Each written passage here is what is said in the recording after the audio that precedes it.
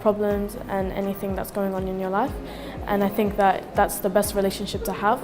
Having that relationship can make you feel very happy and supportive.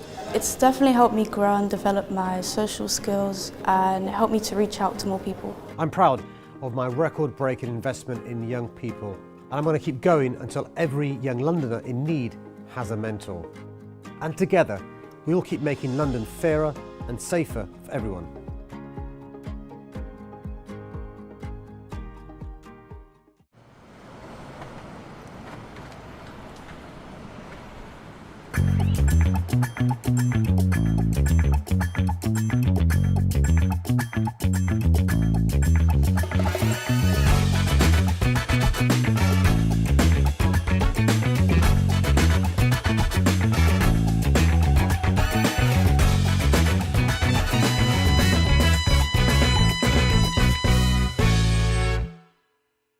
London, we're building record numbers of genuinely affordable homes to help end the housing crisis. Last year, we started work on the most low-cost homes to rent and buy since City Hall records began, including more council homes than at any time since the 1970s. And when it comes to all new homes, more have been completed in recent years than at any time since the 1930s. We truly are unleashing a housing revolution in London. Let's be clear, there's much more to do, but our success has only made me more determined to roll up my sleeves and get this done. Together, we'll build a better London for everyone, one that's fairer, greener, safer, and more prosperous than ever before.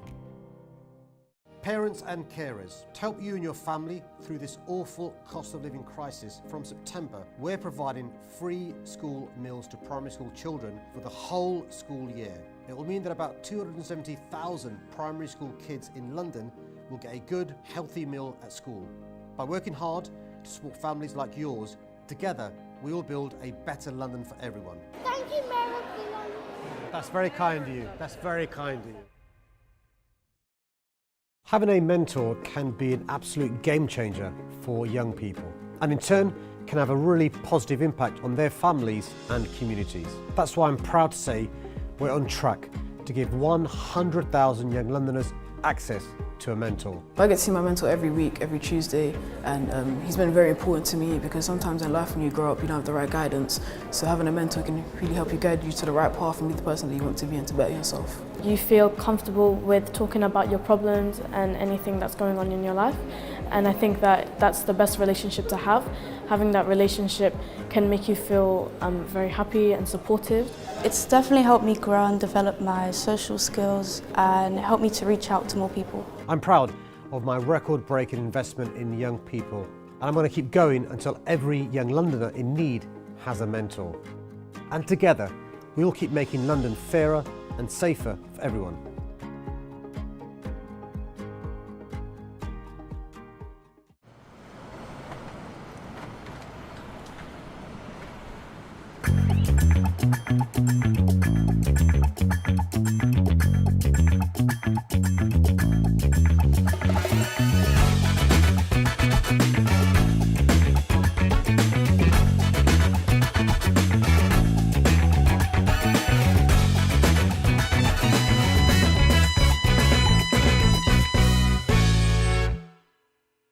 London, we're building record numbers of genuinely affordable homes to help end the housing crisis. Last year, we started work on the most low-cost homes to rent and buy since City Hall records began, including more council homes than at any time since the 1970s. And when it comes to all new homes, more have been completed in recent years than at any time since the 1930s. We truly are unleashing a housing revolution in London. Let's be clear, there's much more to do, but our success has only made me more determined to roll up my sleeves and get this done. Together, we'll build a better London for everyone, one that's fairer, greener, safer, and more prosperous than ever before.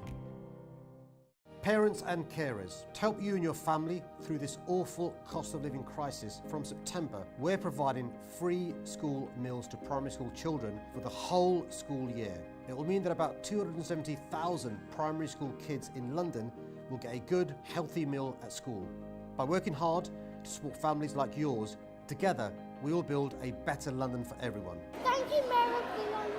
That's very kind of you. That's very kind of you.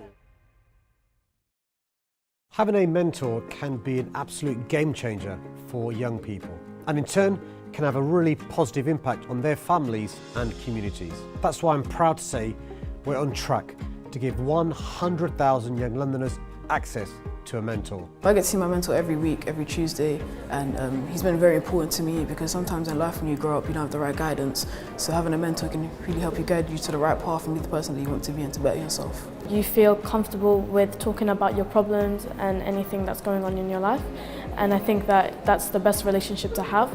Having that relationship can make you feel very happy and supportive. It's definitely helped me grow and develop my social skills and helped me to reach out to more people. I'm proud of my record-breaking investment in young people, and I'm going to keep going until every young Londoner in need has a mentor. And together, we'll keep making London fairer and safer for everyone.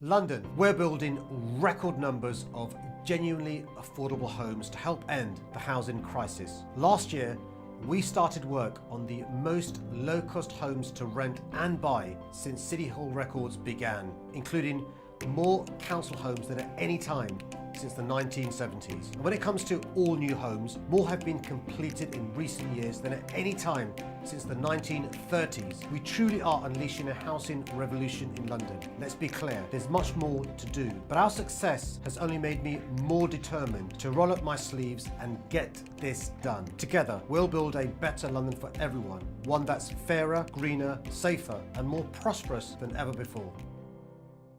Parents and carers, to help you and your family through this awful cost of living crisis, from September, we're providing free school meals to primary school children for the whole school year. It will mean that about 270,000 primary school kids in London will get a good, healthy meal at school. By working hard to support families like yours, together we will build a better London for everyone. Thank you, Mayor of London. That's very kind of you. That's very kind of you.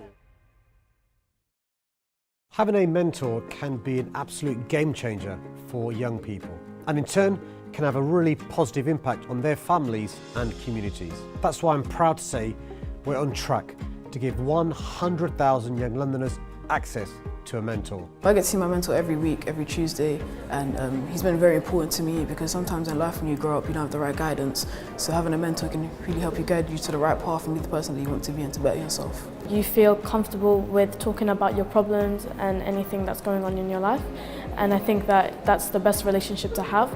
Having that relationship can make you feel very happy and supportive. It's definitely helped me grow and develop my social skills and helped me to reach out to more people. I'm proud of my record-breaking investment in young people, and I'm going to keep going until every young Londoner in need has a mentor. And together, we'll keep making London fairer and safer for everyone.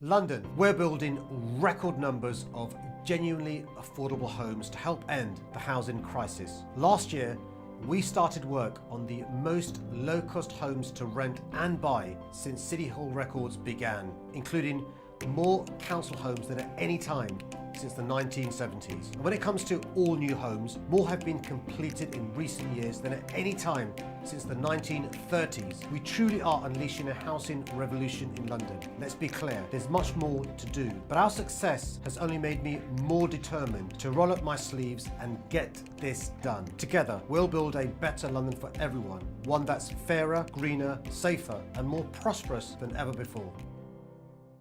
Parents and carers, to help you and your family through this awful cost of living crisis, from September, we're providing free school meals to primary school children for the whole school year. It will mean that about 270,000 primary school kids in London will get a good, healthy meal at school. By working hard to support families like yours, together we will build a better London for everyone. Thank you, Mayor of London. That's very kind of you. That's very kind of you.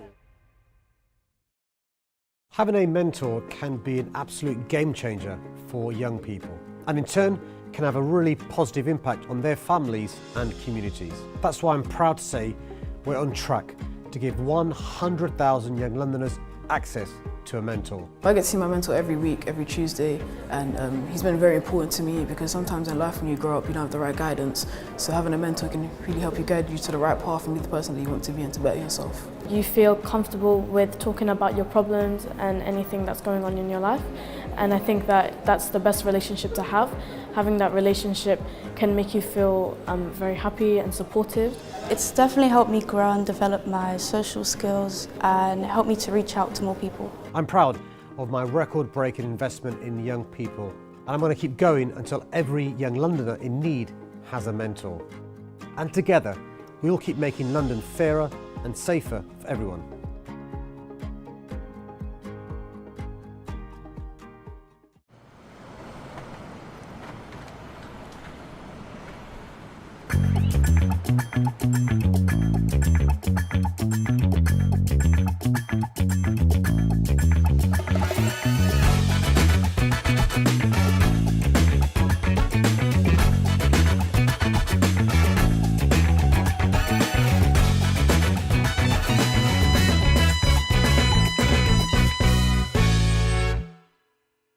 London, we're building record numbers of genuinely affordable homes to help end the housing crisis. Last year, we started work on the most low-cost homes to rent and buy since City Hall records began, including more council homes than at any time since the 1970s. And when it comes to all new homes, more have been completed in recent years than at any time since the 1930s. We truly are unleashing a housing revolution in London. Let's be clear, there's much more to do. But our success has only made me more determined to roll up my sleeves and get this done. Together, we'll build a better London for everyone, one that's fairer, greener, safer, and more prosperous than ever before.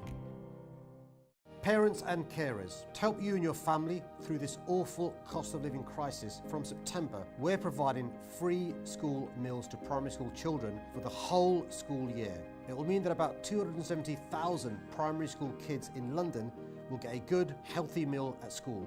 By working hard to support families like yours, together we will build a better London for everyone. Thank you, Mayor of London. That's very kind of you. That's very kind of you.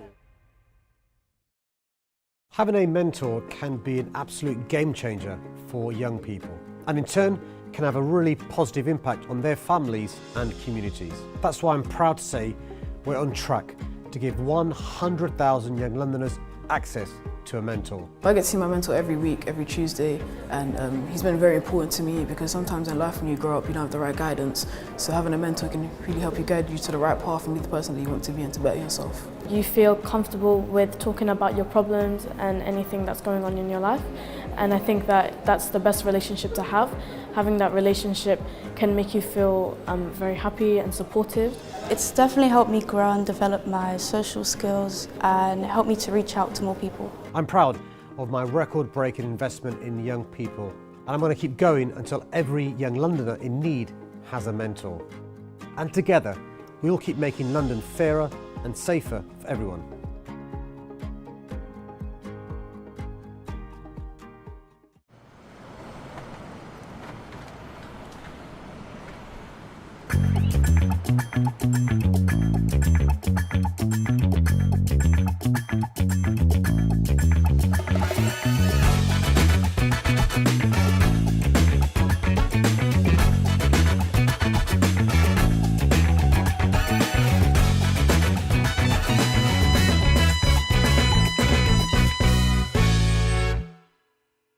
London, we're building record numbers of genuinely affordable homes to help end the housing crisis. Last year, we started work on the most low-cost homes to rent and buy since City Hall records began, including more council homes than at any time since the 1970s. And when it comes to all new homes, more have been completed in recent years than at any time since the 1930s. We truly are unleashing a housing revolution in London. Let's be clear, there's much more to do. But our success has only made me more determined to roll up my sleeves and get this done. Together, we'll build a better London for everyone, one that's fairer, greener, safer, and more prosperous than ever before. Parents and carers, to help you and your family through this awful cost of living crisis, from September, we're providing free school meals to primary school children for the whole school year. It will mean that about 270,000 primary school kids in London will get a good, healthy meal at school. By working hard to support families like yours, together we will build a better London for everyone. Thank you, Mayor of London. That's very kind of you. That's very kind of you. Having a mentor can be an absolute game changer for young people, and in turn can have a really positive impact on their families and communities. That's why I'm proud to say we're on track to give 100,000 young Londoners access to a mentor. I get to see my mentor every week, every Tuesday, and he's been very important to me because sometimes in life when you grow up you don't have the right guidance, so having a mentor can really help you guide you to the right path and be the person that you want to be and to better yourself. You feel comfortable with talking about your problems and anything that's going on in your life, and I think that that's the best relationship to have. Having that relationship can make you feel very happy and supportive. It's definitely helped me grow and develop my social skills and helped me to reach out to more people. I'm proud of my record-breaking investment in young people, and I'm going to keep going until every young Londoner in need has a mentor. And together, we'll keep making London fairer and safer for everyone.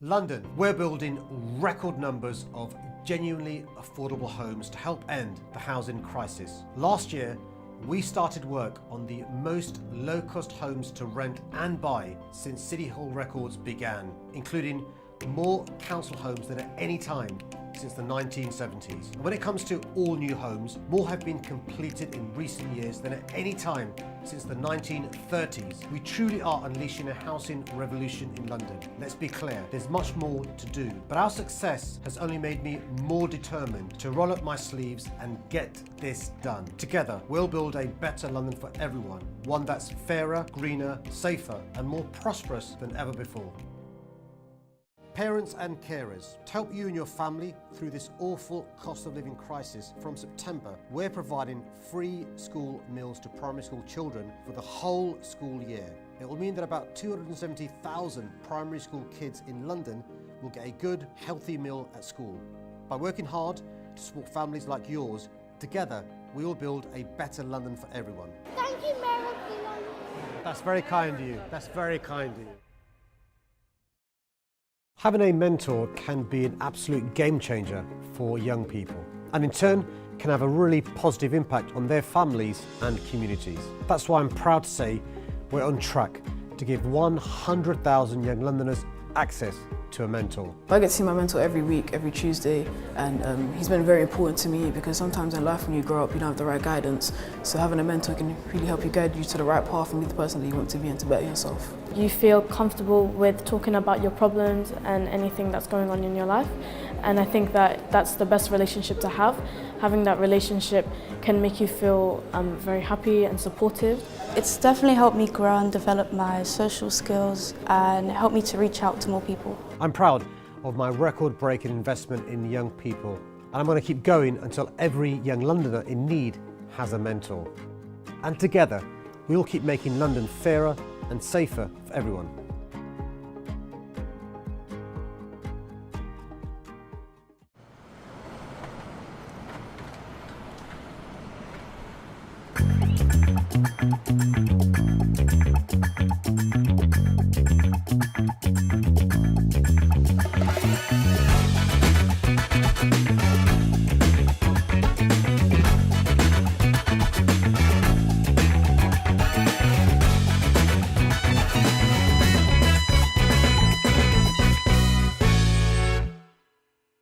London, we're building record numbers of genuinely affordable homes to help end the housing crisis. Last year, we started work on the most low-cost homes to rent and buy since City Hall records began, including more council homes than at any time since the 1970s. And when it comes to all new homes, more have been completed in recent years than at any time since the 1930s. We truly are unleashing a housing revolution in London. Let's be clear, there's much more to do. But our success has only made me more determined to roll up my sleeves and get this done. Together, we'll build a better London for everyone, one that's fairer, greener, safer, and more prosperous than ever before. Parents and carers, to help you and your family through this awful cost of living crisis, from September, we're providing free school meals to primary school children for the whole school year. It will mean that about 270,000 primary school kids in London will get a good, healthy meal at school. By working hard to support families like yours, together we will build a better London for everyone. Thank you, Mayor of London. That's very kind of you. That's very kind of you. Having a mentor can be an absolute game changer for young people, and in turn can have a really positive impact on their families and communities. That's why I'm proud to say we're on track to give 100,000 young Londoners access to a mentor. I get to see my mentor every week, every Tuesday, and he's been very important to me because sometimes in life when you grow up you don't have the right guidance, so having a mentor can really help you guide you to the right path and be the person that you want to be and to better yourself. You feel comfortable with talking about your problems and anything that's going on in your life, and I think that that's the best relationship to have. Having that relationship can make you feel very happy and supportive. It's definitely helped me grow and develop my social skills and helped me to reach out to more people. I'm proud of my record-breaking investment in young people, and I'm going to keep going until every young Londoner in need has a mentor. And together, we'll keep making London fairer and safer for everyone.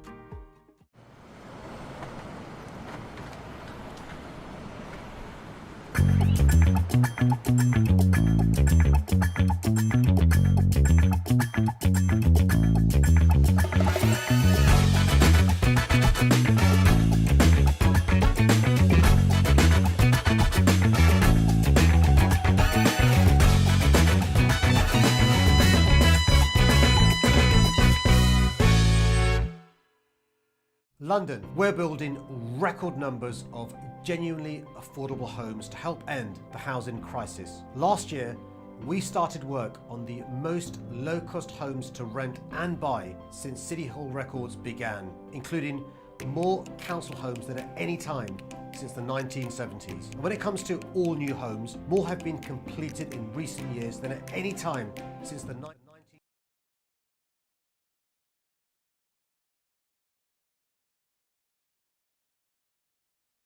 Good evening, everyone, and welcome to People's Question Time. Before we start, please take a moment to look around and note the fire exit nearest to you. In the event of an emergency, please follow instructions given by staff. Please switch your electronic devices to silent mode now, and if you wish to tweet about tonight's event, the hashtag is PQT. This evening we have 6 topic areas to discuss, and we'll spend up to 18 minutes on each. This is how it works.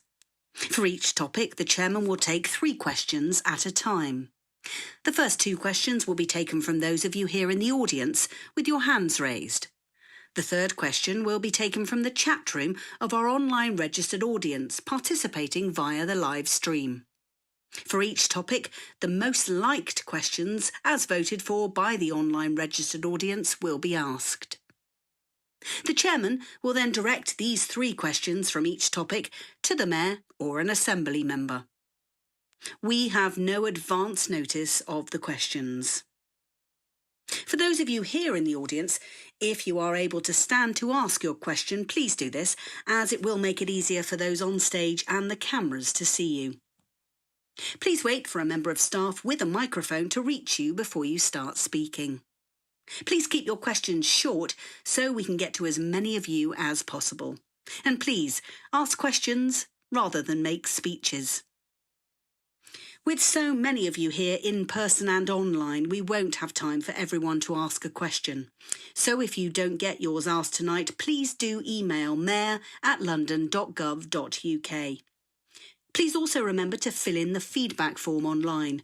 There are QR codes for you to scan your device or log on to our dedicated webpage, london.gov.uk/PQT. We'll finish tonight at 9 p.m. sharp. And now, everyone, without any further ado, please put your hands together for your chairman this evening, the London Assembly member, Tony Devonish.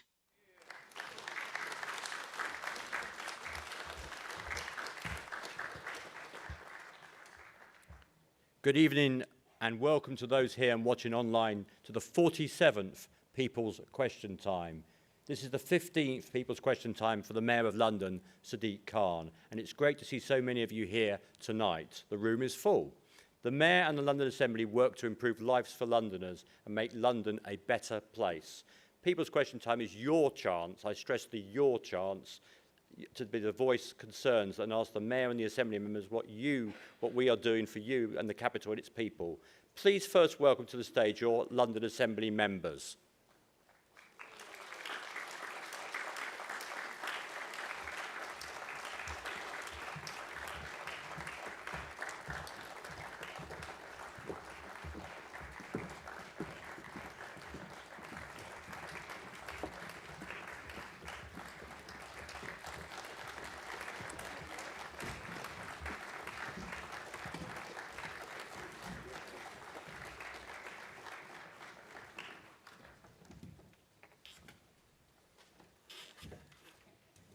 And now please welcome the Mayor of London, Sadiq Khan.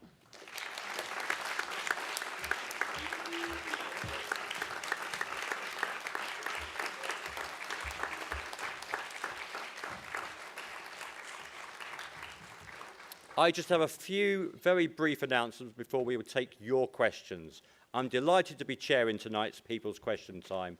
After 7 years as an Assembly member, it's great that one of my 3 London boroughs, the City of Westminster, is host borough.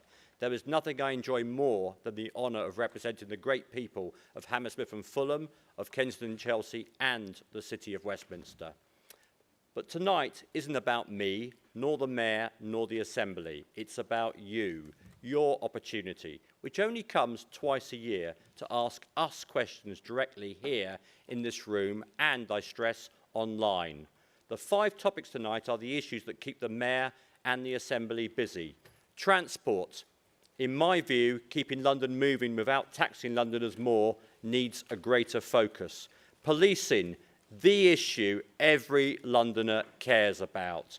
Our environment, something young Londoners especially often tell us we need to do way more now, not in 2030 or 2050. And housing, in my view, the biggest failure for those in this room since 2016. We are in a housing crisis. And finally, London's economic recovery. There will also be time at the end to answer any questions that do not fit into these clear categories. I've tried to keep my remarks brief for a politician, but I have to finish with one final personal remark. It's unfortunate that we have to hold this PQT here in City Hall, and I'm sure, Mr. Mayor, you share all our hope that the next PQT can return to visiting boroughs and be held, I hope, in my friend Nick's constituency in Richmond as planned. And now for some important housekeeping. If you've pre-registered to watch the event at home, you will be able to submit questions throughout the evening. Please note that the chat is for questions only. Comments will not be published. Try to ask your questions early to avoid being missed. And don't forget to like each other's questions, please. For each topic, we will begin with 2 live questions from the audience here tonight, followed by 1 online question. If we have time for additional questions, they will be taken from live audience members. Please, and I'll stress this one, please keep your questions short. No speeches, please. The politicians are on this side. And I also ask the Mayor and the members to keep their answers short, please, and to the point, so we can fit even more of Londoners in, please. Please listen to the questions and answers with respect and dignity, and do not please heckle or disrupt the meeting in any way. Your electronic devices should already be on silent mode, please. Please check that. And the same applies to both the Mayor and we Assembly members on stage. And now we have a few introductory words from the Chair of the London Assembly and then the Mayor. Welcome the Chair of the London Assembly, Andrew Boff, AM, to give his opening address.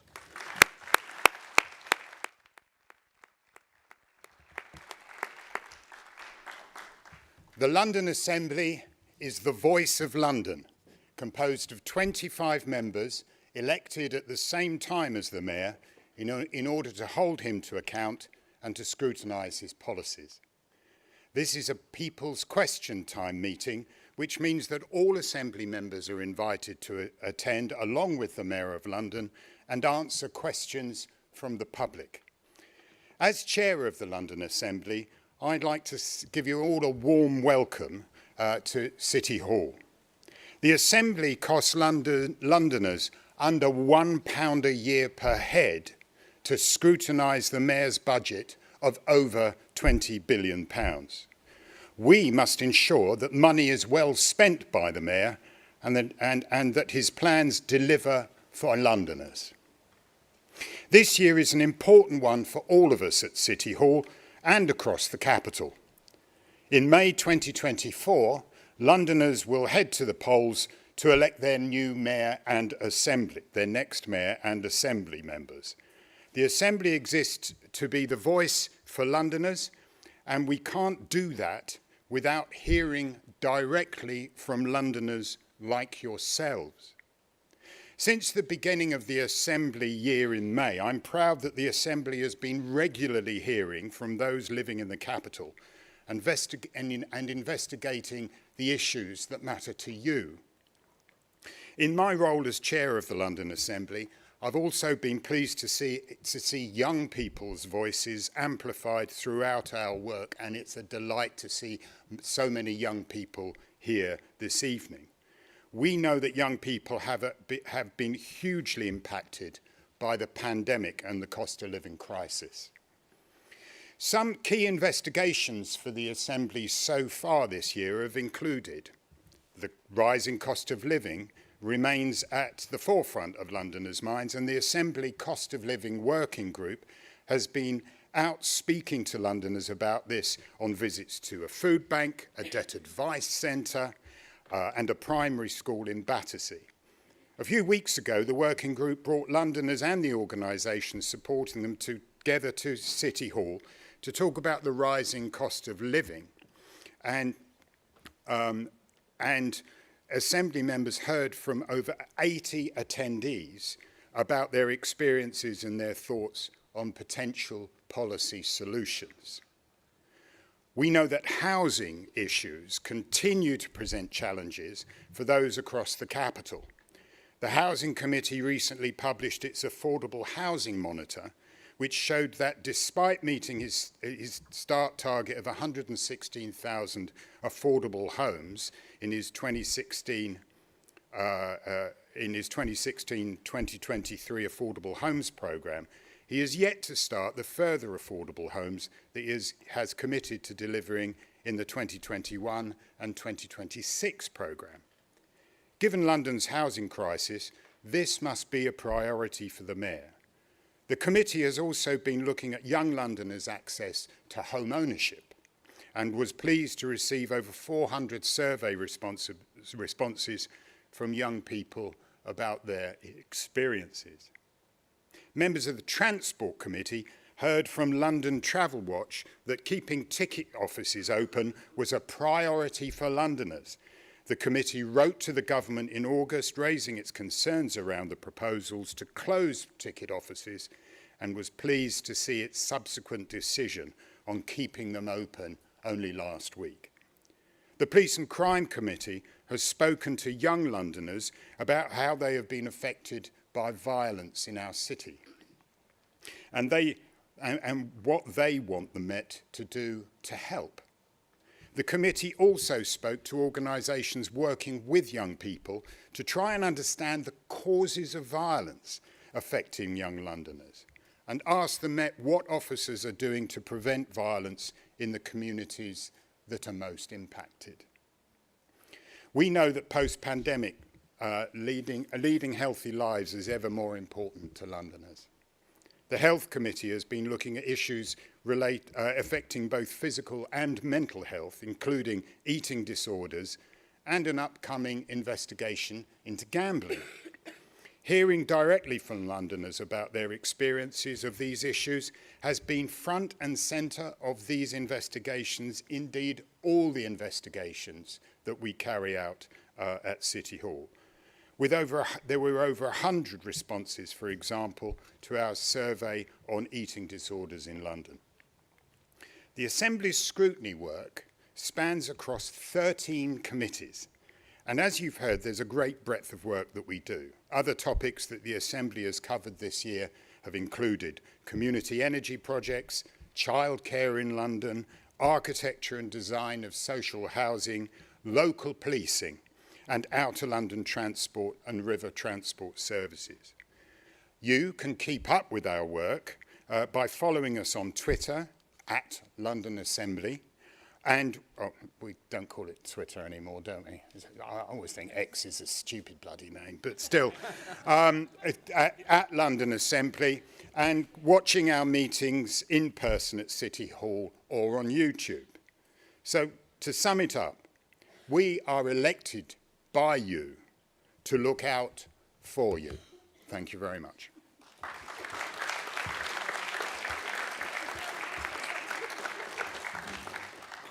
Thank you, Andrew. I now invite the Mayor of London, Sadiq Khan, to give his opening address, please.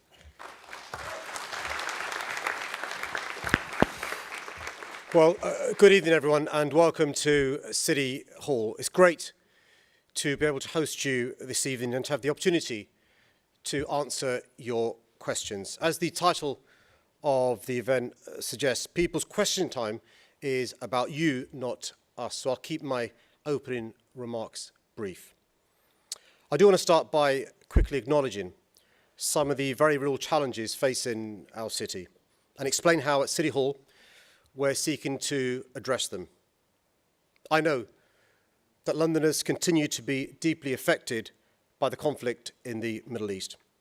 Many, like me, have watched in horror at the killing of so many innocent civilians in Israel and Gaza and the horrendous humanitarian crisis in Gaza. My thoughts and prayers continue to be with all those impacted. Of course, there are clearly passionate, different perspectives within our communities. But what's crucial is that we don't allow our differences to define us or to lead to hate and division here on the streets of London. Rather, we must pull together, stamp out any instances of anti-Semitism or Islamophobia, and demonstrate that where we have legitimate, honestly held opposing viewpoints, it is possible to disagree respectfully and without rancour, showing empathy and sensitivity towards our fellow Londoners, because the capacity to disagree amicably and still move forward together is the true hallmark of any democracy. As a Londoner, and as someone who was born and raised in this great city, it was the honour of a lifetime to be elected as your mayor. And I've spent every day over the last 7 years working tirelessly to repay that faith, trying to give back to the city that gave so much to me and my family. London has faced some incredibly testing times in recent years, with the pandemic, massive government cuts to public services, and now a terrible cost of living crisis. But I'm proud of what we've delivered so far.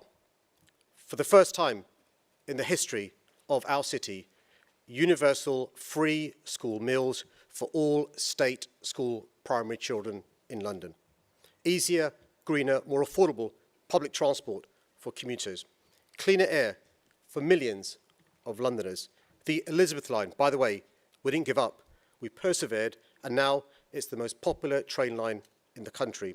Getting London building again, with more homes being built now than at any time since the 1930s, and more council homes at any time since the 1970s. A quadrupling of the homelessness budget, which has taken more than 15,000 rough sleepers off our streets. Free skills training for anyone who's unemployed or in low-paid work, helping more than 500,000 Londoners since 2019. A 40% increase in the London living wage since I became mayor. London back on its feet after the pandemic by supporting our businesses and bringing jobs, tourism and investment back to our city.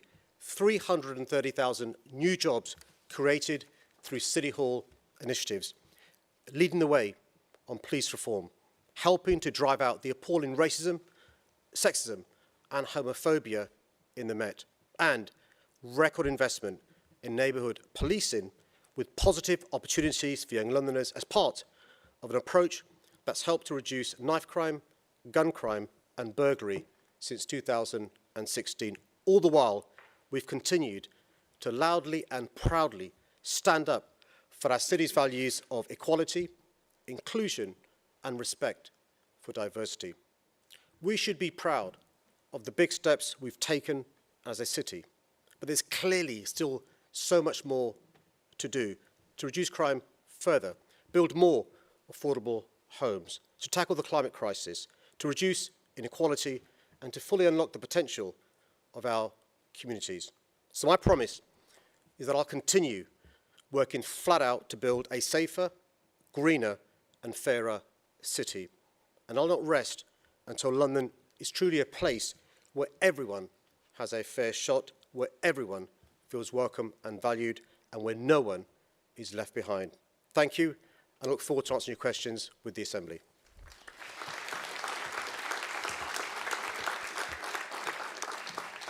Thank you, Mr. Mayor. It's now time to hear your questions. The first topic is transport, and I'll take questions in three, the first two from the audience and a third from the live chat. So, paddle three, the gentleman right next to you in the white shirt. Hi, I've got a question for you, Mr. Mayor. You say getting London moving. How does the extreme TfL ULEZ charges throughout the expansion of London outer area actually help achieve that? Because many people are going to go out of business, they're going to go bust. London is not moving, London is snarled up in gridlock.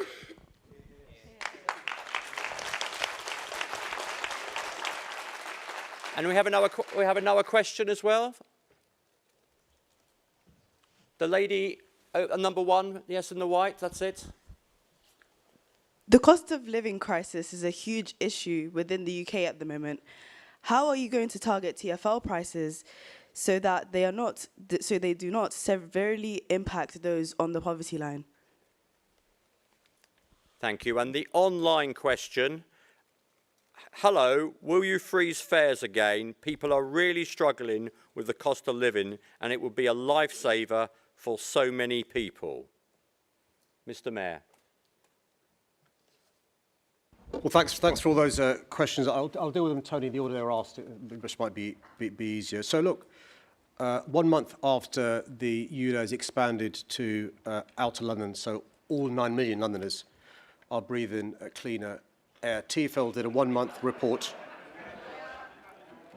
TfL did a 1 month report, as they did after the Central London ULEZ and after they did the Inner London ULEZ. And the great news is we've gone from a position where in 2017, at the launch of the precursor to ULEZ, only 39% of vehicles were compliant, to in May 22, when the consultation began, for outer London. 85% of vehicles were compliant. To now, 1 month on, 95% of vehicles being compliant.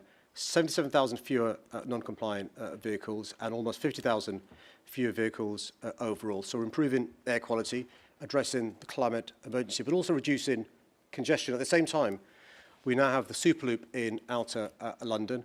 We have the Elizabeth line in outer London. We've got the Northern line expanded to outer London and Bark and Riverside expanded to outer London. We're going to carry making progress to improve public transport in outer London. It's incredibly important that we support those communities because they breathe the worst air. And we know half the households in London don't own a car. More than half of Londoners with asthma live in outer London. 24 of the 30 GPs with the largest number of asthma patients are all in outer London. They deserve clean air, as indeed those of us in central London and in London have got. Nobody put up with dirty water. We shouldn't put up with dirty air. The second question in relation to the cost of living crisis is one of the biggest challenges facing our city. It's been made particularly worse over the last couple of years by Liz Truss's kamikaze budget last year. The average Londoner who's gone from a fixed-term mortgage to now a new mortgage is paying £500 more a month in their mortgages. And we know rents are going up as well. And that's why transport costs are so important to alleviate some of the increase in people's living with rent, with mortgage, with food. The good news is in my first 5 years as mayor, we froze fares. That saved the average household £200.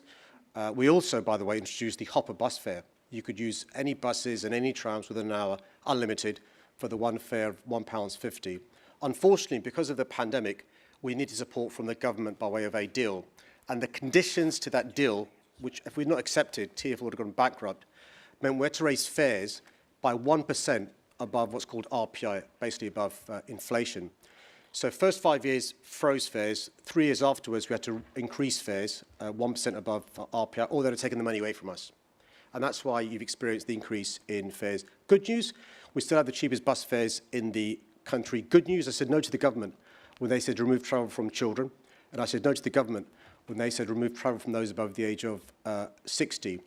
And so at the moment, I'm afraid the budget is for a 4% increase in transport fares from next year. That's a deal with the government.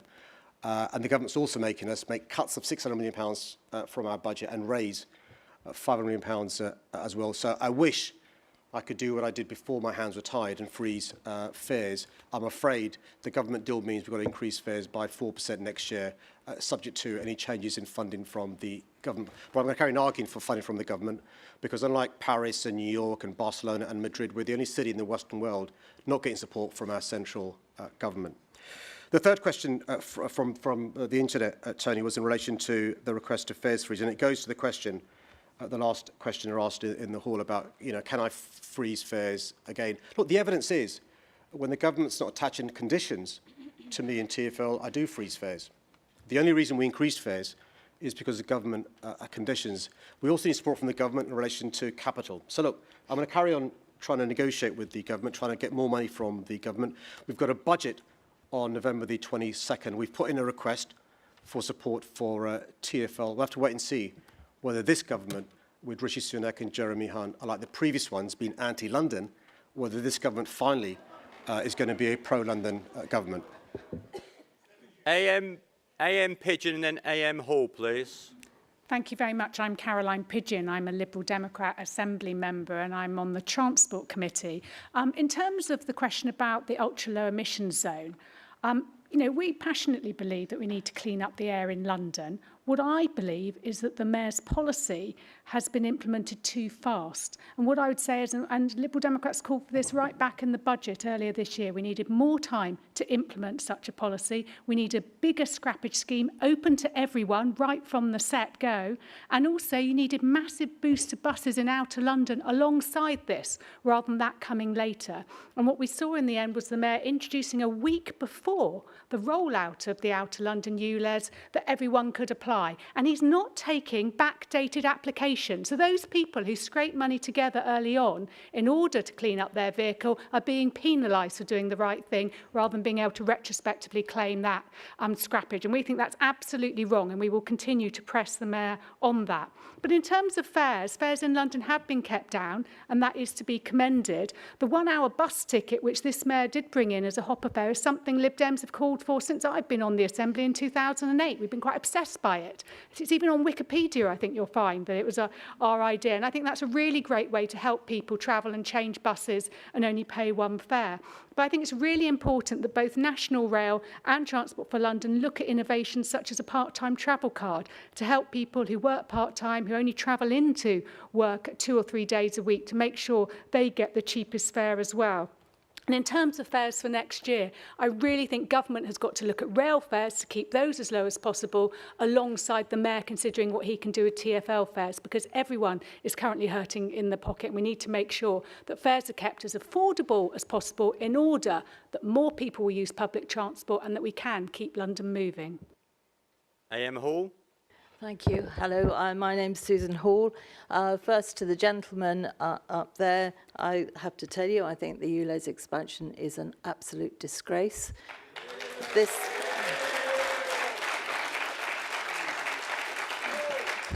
Mayor, who does nothing but complain about the government all the time, just let me tell you, he has a £21 billion budget, a £21 billion budget. And in the last 2 months, he's made £52 million out of the back of the poorest of Londoners on the ULEZ expansion costs. Thank you. Well, we're talking about the ULEZ expansion at the moment. Talking about gridlock, also quite right. A successful city is a moving city. Unfortunately, it's gridlocked the whole time.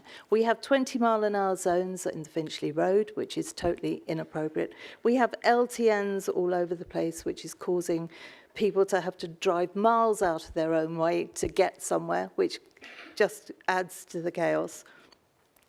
So many things need to be replaced. I would stop the ULEZ expansion on day one, because that is what Londoners want. I will absolutely pledge that if I am in the Mayor's seat, which I will be hopefully in May, this city will be moving again, because we will get rid of the ridiculous cycle lane on Park Lane when there's one just adjacent to it. That was nothing but virtue signalling from this Mayor again. There's so much that needs to be done on transport. TfL's finances need to be looked at, because obviously I agree with Assemblymember Pidgeon. We need things to be as affordable as possible. If you want people to use public transport, you've got to make it reliable, you've got to make it affordable. And this Mayor is failing on all of those things. I'll leave it at that. Thank you, Chair. Thank you. 2 quick transport questions. The lady in pink had her hand up last time, paddle 3. Yes, you. Well, I'm hoping, Mr. Mayor, you will actually... Yes, thank you. Mr. Khan, I'm hoping you'll answer my question this time, because when I came to Ealing, you tweeted after the Ealing People's Question Time, and I quote, "It was good to answer questions in Ealing on how we are addressing genuine concerns about the ULEZ expansion." I asked you a genuine question, then you didn't answer it. You didn't answer a lot of other people's questions either. I have a friend who is going to see his disabled sister every weekend out of London in his non-compliant car. It's now costing him £1,300 per year to go and see and help her. It's costing other people lots and lots of money as well. You say London is open, but your policies are closing it more and more every day. I believe ULEZ is actually replenishing TfL's budget. I don't believe the lies. Thank you. I don't believe that it's all about pollution. You travel down Chiswick High Road from Hammersmith. It takes half an hour to get to Gunnersby on a bus. It's appalling. So, Susan, you're absolutely right. So is it really about making money for TfL? And Mr. Khan, all the millions you're making from poorer people, like me, I have an old car. What are you going to spend this money on? And are you going to reinstate the over 60s fares as well? Free travel all day long for us. Thank you. Thank you. One last question. One last question on transport. Come on, don't be shy. Gentleman right at the back, paddle 3, with his hand up there. Can you explain what Can you explain what you're going to do about the appalling pollution on the tube? The pollution on the tube is at least 10 times more than it is on the roads, and it needs sorting out. Mr. Mayor.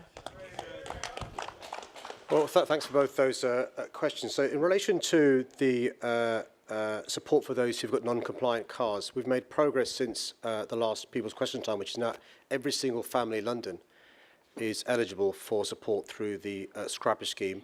Every single business is now eligible for support, small business.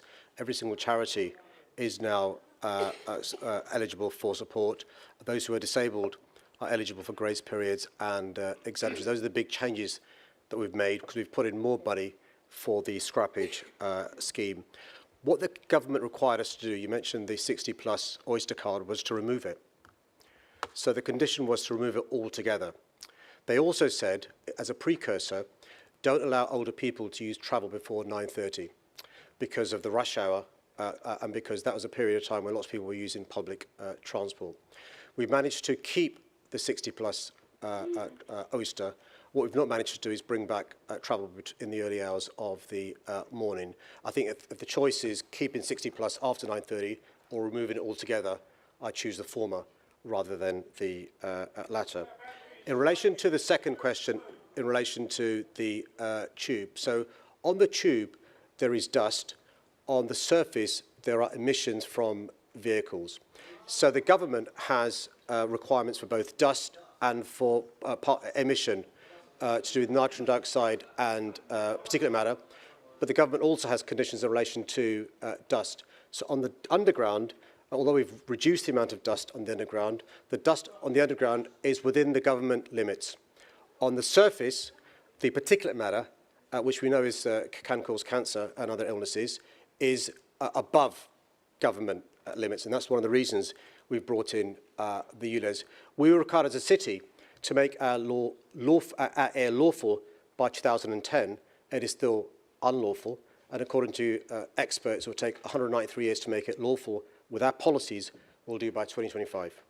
Gentleman at the back, a T-shirt, black T-shirt, very briefly, and then Peter AM. Hi there. Just wondering if you've got any comment to make about the Raisbury data centre, where you've cut down hundreds of trees to get your data centre there. Over the 13-acre site that 6 acres of it has been filled in with 3 metres of extra soil, affecting the water table in the area. You know, sir, that's in Windsor. That's in Raisbury. Raisbury is next to Windsor. It's not in London, sir. Yeah, but why is time. Mr. Khan putting his database there, affecting the residents of Raisbury, putting them through hell? They got flooded out in 2018, 2014, and now TfL has moved into the area and affected the water table further. Got the question, sir. Thank you. And Peter, quickly. Thank you very much. I just want to agree with the comments that Susan Hall made earlier, which goes to show that we'll be safer with Susan next year when she takes these cameras out on day one. But I just want to put down a marker, right? And I agree with the lady there that this is about money, right? ULEZ is about making money, and he's using you all as a cash machine. And I want to put down a marker. A year, 2 years down the line, when the ULEZ revenue starts to fall off, then we're going to see the next iteration. And it's going to be some sort of road user charging model. Now, I know the mayor has denied that that's happening, in exactly the same way he denied he was going to expand out to Greater London, I might add. But you mark my words, there are technical Ls working away in TfL, building these models to charge you to get into your car and drive every day. He has to be stopped, and he has to be stopped in the next election. Mr. Mayor, quickly, got 1 minute left this section, please. Well, thank you for coming from Windsor. I'm afraid I don't know about the plan application in Windsor or the impact on the water table. But what I'm happy to do is to arrange for, if you give your details to the staff, get one of my staff to find out about the application in Windsor and the impact. Sorry?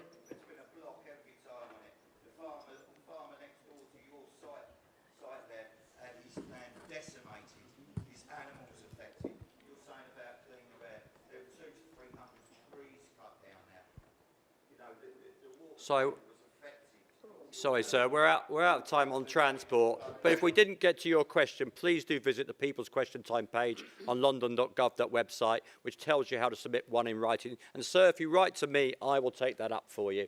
Moving on to policing and safety.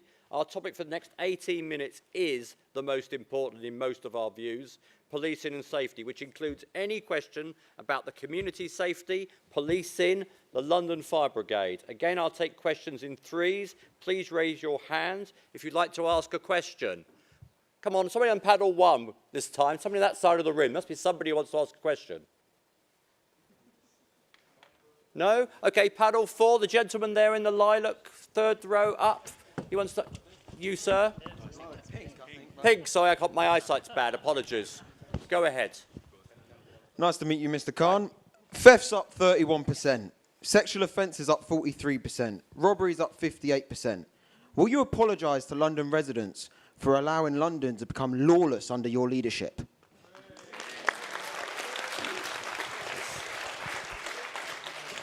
Yeah. Go ahead. Hello.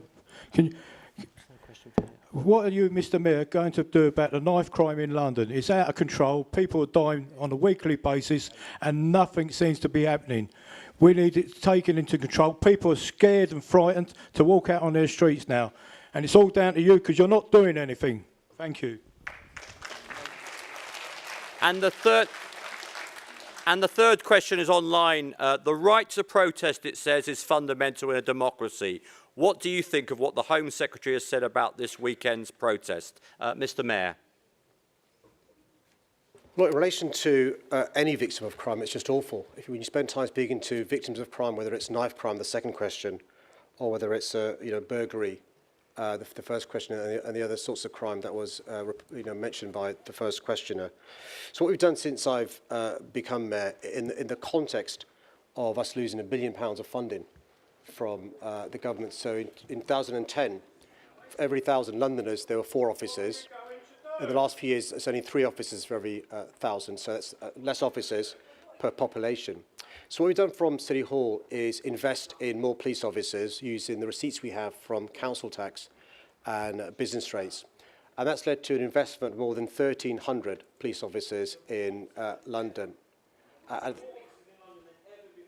Sir. So we've invested in 1,300 more officers in London, and this year, a further 500 police community support officers. Our population's grown by more than 1 million over the last year, so per 1,000 population, our police officers are still less than the numbers there were in 2010. Notwithstanding that, by investing in the country's first violence reduction unit, a public health model, we've made progress since 2019, and the VRU being set up. So the good news is we've seen homicides go down. The good news, we've seen knife crime with those injured below the age of 25 go down. The good news, we've seen gun crime go down. The good news, we've seen burglary go down, but we need to have more progress made there. And that's why the new commissioner is invested in neighbourhood policing, making sure each borough has a superintendent that knows the community well, but also making sure we're using intelligence and data to target known offenders and perpetrators, and we hope to make more progress over the course of the next period. When you look at the rest of England and Wales, crime in London is less. When you look at comparable cities like Manchester and Birmingham, the areas you mentioned, it is less as well. And the context is, across the country, the consequences of austerity. But as long as I've been mayor, we've invested in those issues, and I'll carry on investing in those issues as well. The second question was in relation to knife crime. And I've met too many victims of knife crime, both as a Member of Parliament for 11 years, but also as the mayor for the last 7 years. It destroys a family's life when they're the victim of knife crime, particularly when there's been a bereavement. So working with the VRU, we've put school sport officers in schools. We've made sure there are more youth workers in youth clubs over the last 10 years. People don't like to hear it. We've had more than 130 youth clubs closing down, more than 730 youth workers losing their jobs. We've invested in constructive things for young people to do. 150,000 young people now doing constructive things. We're investing in 100,000 young people having a mentor.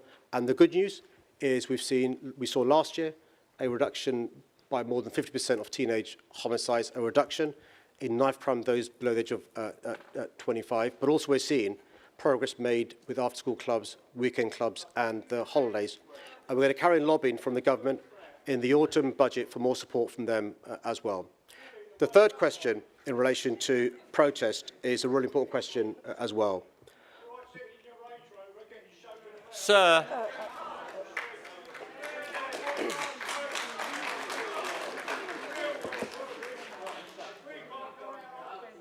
Come on, we've got to get the questions through, please.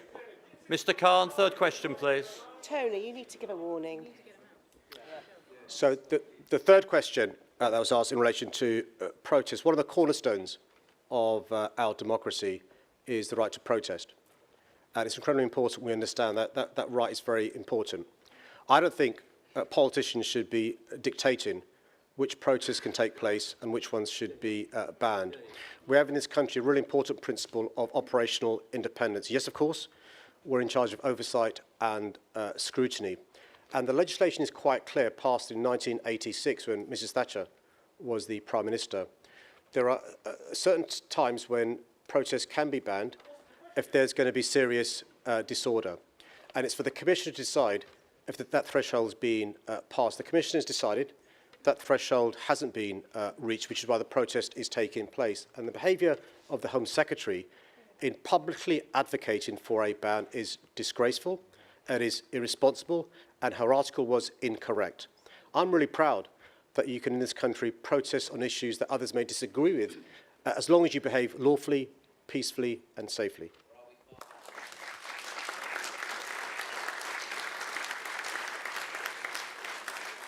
AM Desai and then AM Hall. Thank you, Chair.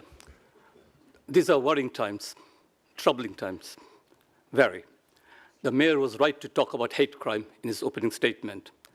Hate crime in London in October increased. In October alone, 1,200 anti-Semitic incidents and 450 Islamophobic incidents were reported to the police. 1,800 referrals to the Met's counterterrorism internet referral units. We all have a role to play, a responsibility. Please report any hate crime that you know of to the Met, Tell Mama, or the Community Security Trust. At the Police and Crime Committee yesterday, of which I'm a member, I asked the Deputy Mayor for Policing, the Victim Commissioner, and the Assistant Met Commissioner what they were doing in terms of providing specific support to victims of hate crime. And I was reassured by the answers. What we need in these worrying times is reassuring, calm, and inspiring leadership and action. And I welcome the Mayor's action in telling the Met to show zero tolerance in terms of hate crime. I welcome his funding of community groups to the tune of £11 million to challenge hate and radicalization. And Mr. Mayor, I thank you on behalf of all Londoners for going to the Winder Holocaust Library after the graffiti attack on them. Thank you very much indeed, and to show solidarity. What we don't need in these troubling times is the divisive rhetoric of the walking, talking disaster that is the Home Secretary, who should be showing leadership. What we don't need is rhetoric about the police favouring different marches and playing court's favourites. What we don't need is her describing protests around Gaza as hate marches. What we don't need is her attacks on a multicultural society as undermining our security and stability. And particularly this interference the Mayor has already talked about with operational independence of our police. That's unprecedented. It risks undermining our model of policing that has been so carefully built up over the years and the trust that people have in policing. Home Secretary, you are playing some very dangerous games. And you know what? She knows what she's on about. Her words are not misguided. It is all to do with leadership ambitions and pandering to the hard right of the Tory party, which certainly doesn't do nothing to help my constituents here in City and East London and in London. And we should all condemn her for that and stand up against that dangerous rhetoric. And what we do need is for the Home Secretary to fund London's Metropolitan Police properly. The austerity cuts have affected the Met to the tune of £1 billion. What we need is legislation to outlaw zombie knives. What we need is for her to be careful with her rhetoric and language. Some hope there. What we need is language does matter. It has consequences. Words have consequences. We got to say loudly and clearly, and I say this from this platform, there is no room for hate in London.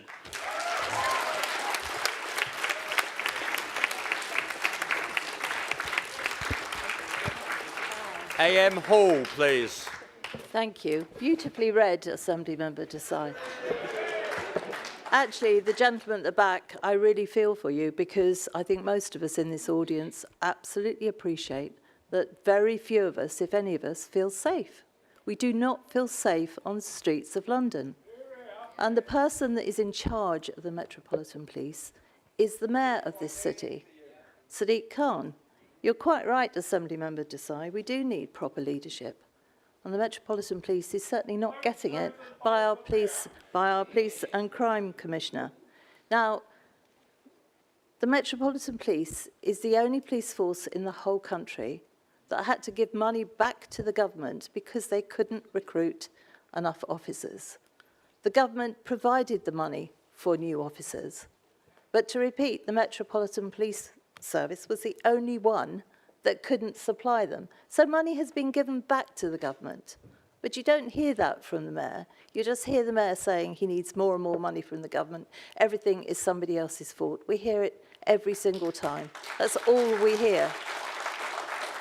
If you're going to be a mayor of this wonderful city, if you are going to be mayor of this wonderful city, you have to take responsibility. It comes with the job. Unfortunately, that memo never got through to Sadiq Khan. This is the first time that the Metropolitan Police has ever been under special measures, and it's the first time that the fire brigade, the London Fire Brigade, has been under special measures. This is all within the last 7 years, when Sadiq Khan has been in charge. At the end of the day, we all want to feel safe, and I feel very, very sorry for so many people that don't. I, as a female, do not feel safe walking home. Very many women hold their keys in their hands, and when somebody's walking behind them at night, believe you me, we feel frightened. We shouldn't feel like that. We should have more police officers on the beat. We should have more police officers around to make us feel safer. I am a very great supporter of the police, and I always have been, but they need more support. Our frontline officers need more support, and they need somebody that will stand up for them. And we as Londoners need to feel safe. It is the mayor's job to make sure that we do, and we are being failed extremely badly by Mayor Khan.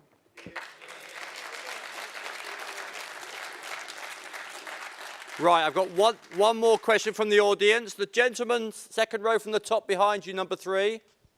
Very quick, please. Thank you. Mr Mayor, in virtually every question so far, all you've done is refer to the government. What is the point in having you in post if you don't take responsibility for anything at all? And I've also... I've also... Quiet, please. I've got an online question as well, Mr Khan. Preventing hate starts at a young age, the questioner says. I am a teacher. What are you doing in schools to ensure young people learn how to deal with intolerance? And before the Mayor, Caroline Russell, AM. Thank you, Chair. In terms of young people in our city are disproportionately particularly young black people, are disproportionately policed.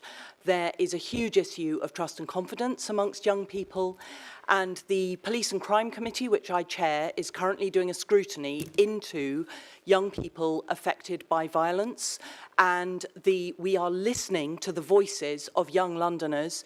We've had people from the Violence Reduction Unit, the youth group, part of that, and we've also had people who work as youth workers in to talk to us. There are real issues. There needs to be much more listening to young people, hearing what young people have to say, and we need to make sure that young people are not finding themselves stopped, searched, strip searched without an appropriate adult, injured in contact with the police and finding themselves in hospital. There are things that these things are happening. It needs a lot of scrutiny, and the Met really needs to get a grip on the way that young people are being policed and the way those interactions with the police are going. There's a lot that can be done with youth workers. There's a real problem with not enough youth workers from years of cuts that my colleague Sian Berry exposed. The Mayor is doing a bit to get more money into youth work, but it is really important that we invest in young people and youth workers. And I just want to say one thing on protest. I have been absolutely shocked by the way that the Home Secretary has ramped up the debate and the division over the issue of policing over this weekend. Now, it is really important that people can celebrate or respect and show respect at the armistice and show respect at the remembrance events. But it is also very important that the freedoms that were fought for in those wars that we remember are respected too. And there is a right to peaceful, lawful protest, and the Commissioner is being put in an intolerable position with political intervention that is trying to influence his decisions that should be based on the law and that should be based on the evidence that he sees. He's been very clear that the conditions at the moment do not meet the threshold to ban any marches, particularly the march that's planned on Saturday, so I'm going to cut you goes off, nowhere near A.M. the Russell. cenotaph and is happening after the 2-minute silence. Mr. Mayor.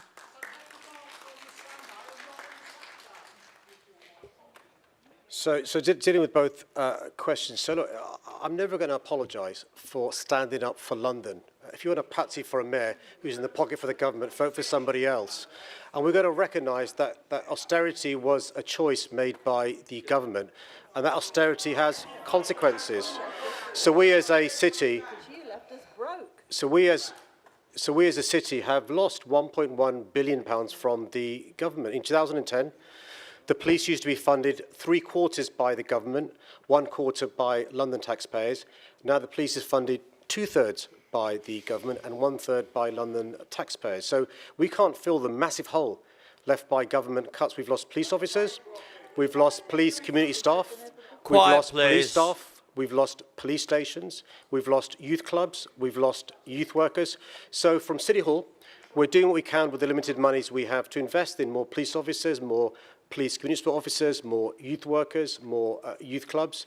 But you can't replace all the cuts we face with the money from City Hall. So I'm going to carry on making the point that we need investment from the government. And it's quite clear, the only time we're going to get investment from the government is when the government changes after the next general election.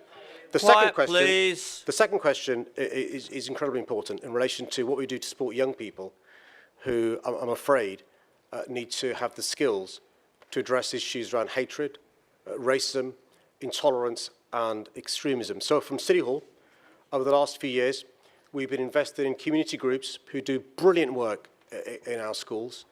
We've got a fund called the Shared Endeavour Fund. We fund educators like Maccabi GP, like the Community Security Trust, like Tell Mama, to go into schools and work with young people to address the stereotypes, to address the generalisations, to give young people the tools to make sure they can respond to hatred and intolerance. The good news to the questioner and the teacher who asked the question is we're making progress with the young generation. The challenge are adults who, I'm afraid, do reinforce stereotypes, do make generalisations, and it can lead to differences leading to those differences having hatred against them. That's why we've seen over the last few weeks a massive increase in anti-Semitism, a massive increase in Islamophobia, and one of the reasons why we've got to be cognizant of the tensions in the Middle East and how it affects our great city. We've gone over time on this section, so I'm going to have to move on. Apologies, A.M. Bailey. We're moving on to air quality and the environment. So 2 questions from the audience. Gentleman at the back. Yes, number 1. Yeah, I'd like the panel's opinion, please, or the Assembly's opinion, on the fact that Shirley Rodriguez tried to influence Imperial College to change the wording on their report about the effects of ULEZ. And the gentleman number 3 there. There you go. Hi. Mr. Mayor, I'm getting money together to get a monument to these 4,000 Londoners that die each year, but I cannot find any names to go on those. Can you please help me on that? Or are you just lying?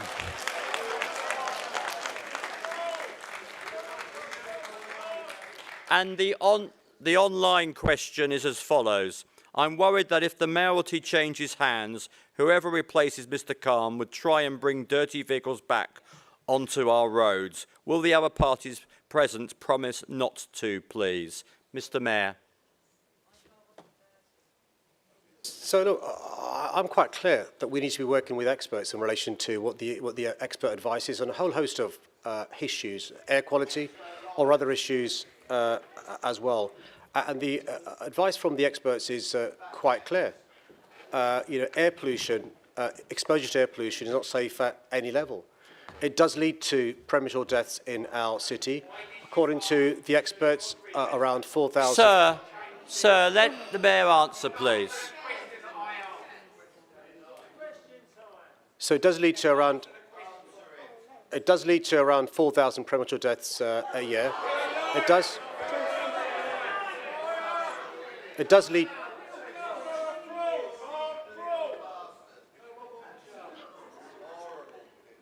It does lead to children having stunted lungs forever. It does lead to adults having a whole host of health issues, from asthma to cancer, dementia. Come on,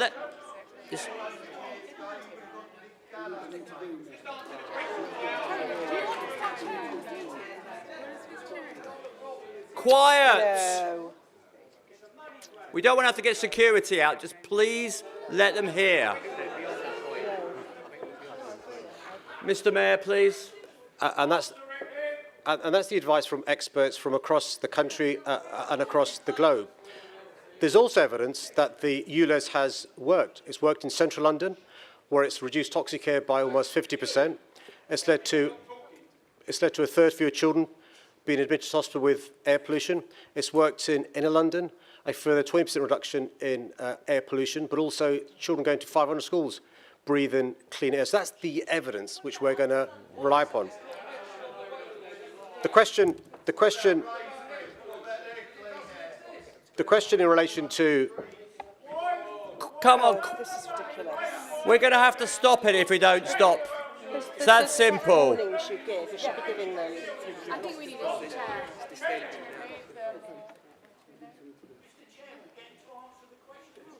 It's very... I'm afraid security... I'm going to have to ask security to remove people if you do it once last time. Last warning, it's that simple. Sir...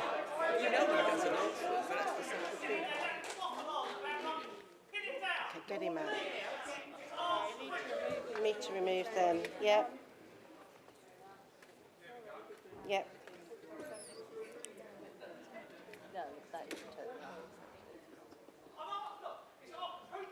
Shall I turn your mic on?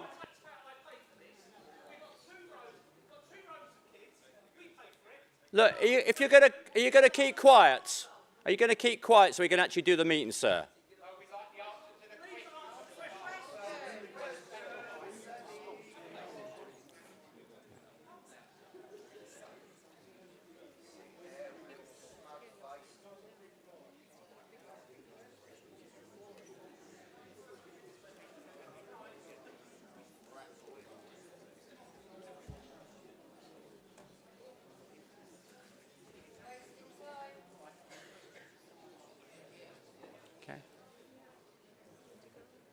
Okay, well, Mr. Mayor, try one last time. Last warning for some of the audience, I'm afraid. So the online question in relation to the choice at the next mayoral election, well, look, my record of the last 7-8 years is quite clear. We've managed to clean the air in our city, in central London and in inner London, and I'm hoping in outer London as well. And look,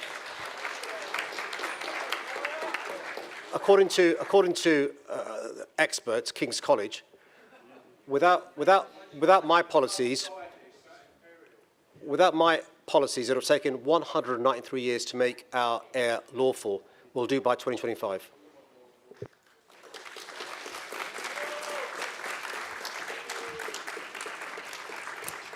Assembly Member McCartney. Yes, thank you. Can I say, I don't think it's flippant to talk in the way we have been doing about 4,000 premature deaths. They are real people and families that have been affected. The research is from Imperial College London, one of our premier research institutes. I'm also the Deputy Mayor for Children and Families, and can I say I've been very proud that we now have 5 million more Londoners breathing cleaner air. We have children who will not be growing up. We have children who will not be growing up. Quiet! We have children who will not be growing up with stunted lungs. The evidence is there. In central London, hospital admissions for children with asthma have dropped dramatically. I represent Outer London. Until recently, half of my constituency was within the ULEZ. The North Circular dissected it. So I had a situation where half of my population had cleaner air, the other half didn't. Can I say this means that 5 million more Londoners will be breathing cleaner air? In 2016, when Sadiq was elected, Boris Johnson had buried a report which said that 455 London schools were breathing in toxic air in excess of government and World Health standards. That has now been reduced drastically. I think there's very few, if any, schools that are now above legal limits. The Mayor's introduced over 500 school streets where at school pick-up and drop-off time, traffic is restricted, creating healthier environments. I'm extremely proud of that record. That's a really good legacy for future generations. Thank you. I've got one more online question, and then AM Fortune would like to ask a question. We've just had the hottest October on record in 2023. Is set to be the hottest year since records begun. What is the Mayor doing to decrease city temperatures through urban tree planting, pocket gardens and reflective road surfaces? And AM Fortune. I was going to make a comment rather than ask a question, but I'm happy to pick up. For those of you who are getting frustrated at not getting clear answers, welcome to my world.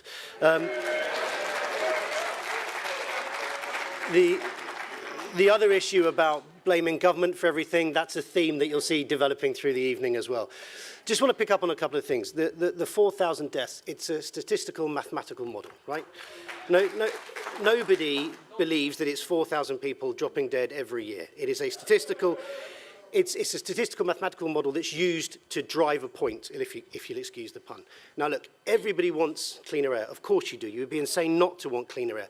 But the problem that keeps coming up over and over again is that difference between inner and outer London. And there's that false equivalence. You'll hear it. It worked in inner London, therefore it will work in outer London. No, they're two different spaces, two different infrastructures, with different challenges around transport. So I represent God's boroughs of Bexley and Bromley, right? Now, if you start, God bless you.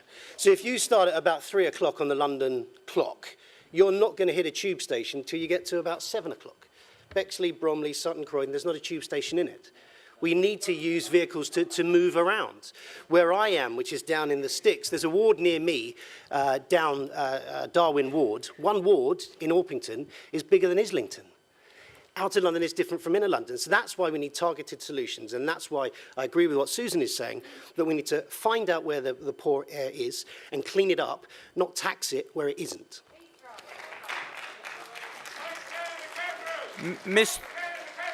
Quiet, Mr. Mayor. So to answer the question asked online in relation to addressing the climate emergency. So last year, we saw temperatures in London in excess of 41 degrees Celsius, the highest ever. This July was the hottest July.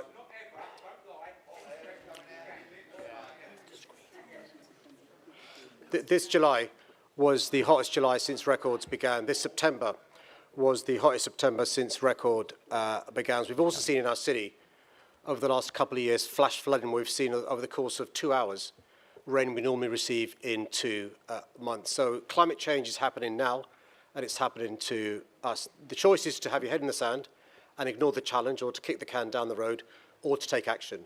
And what we're doing in London is taking action in relation to adapting our city and making the changes we need to do to address the consequences of climate change, as well as trying to prevent it getting worse in our city. So we've changed our planning policies.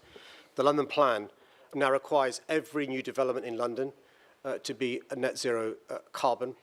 There is a requirement to make sure that the machinery that's been used in those buildings are net zero carbon, but also we're taking steps to make sure we have a city that can support people when there's a heat wave. So, for example, planting more trees, making sure there are more water fountains, more than 125 water fountains since I became mayor.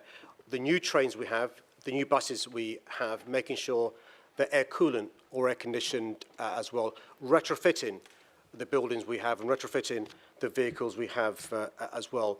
But I'm afraid we're not going to get there sooner if we do what the government done, which is delay action, for example, in the ban of selling, in the ban of buying new petrol and diesel vehicles. There was a reason why the previous government brought in a requirement that after 2030, you won't be able to buy new petrol or new diesel.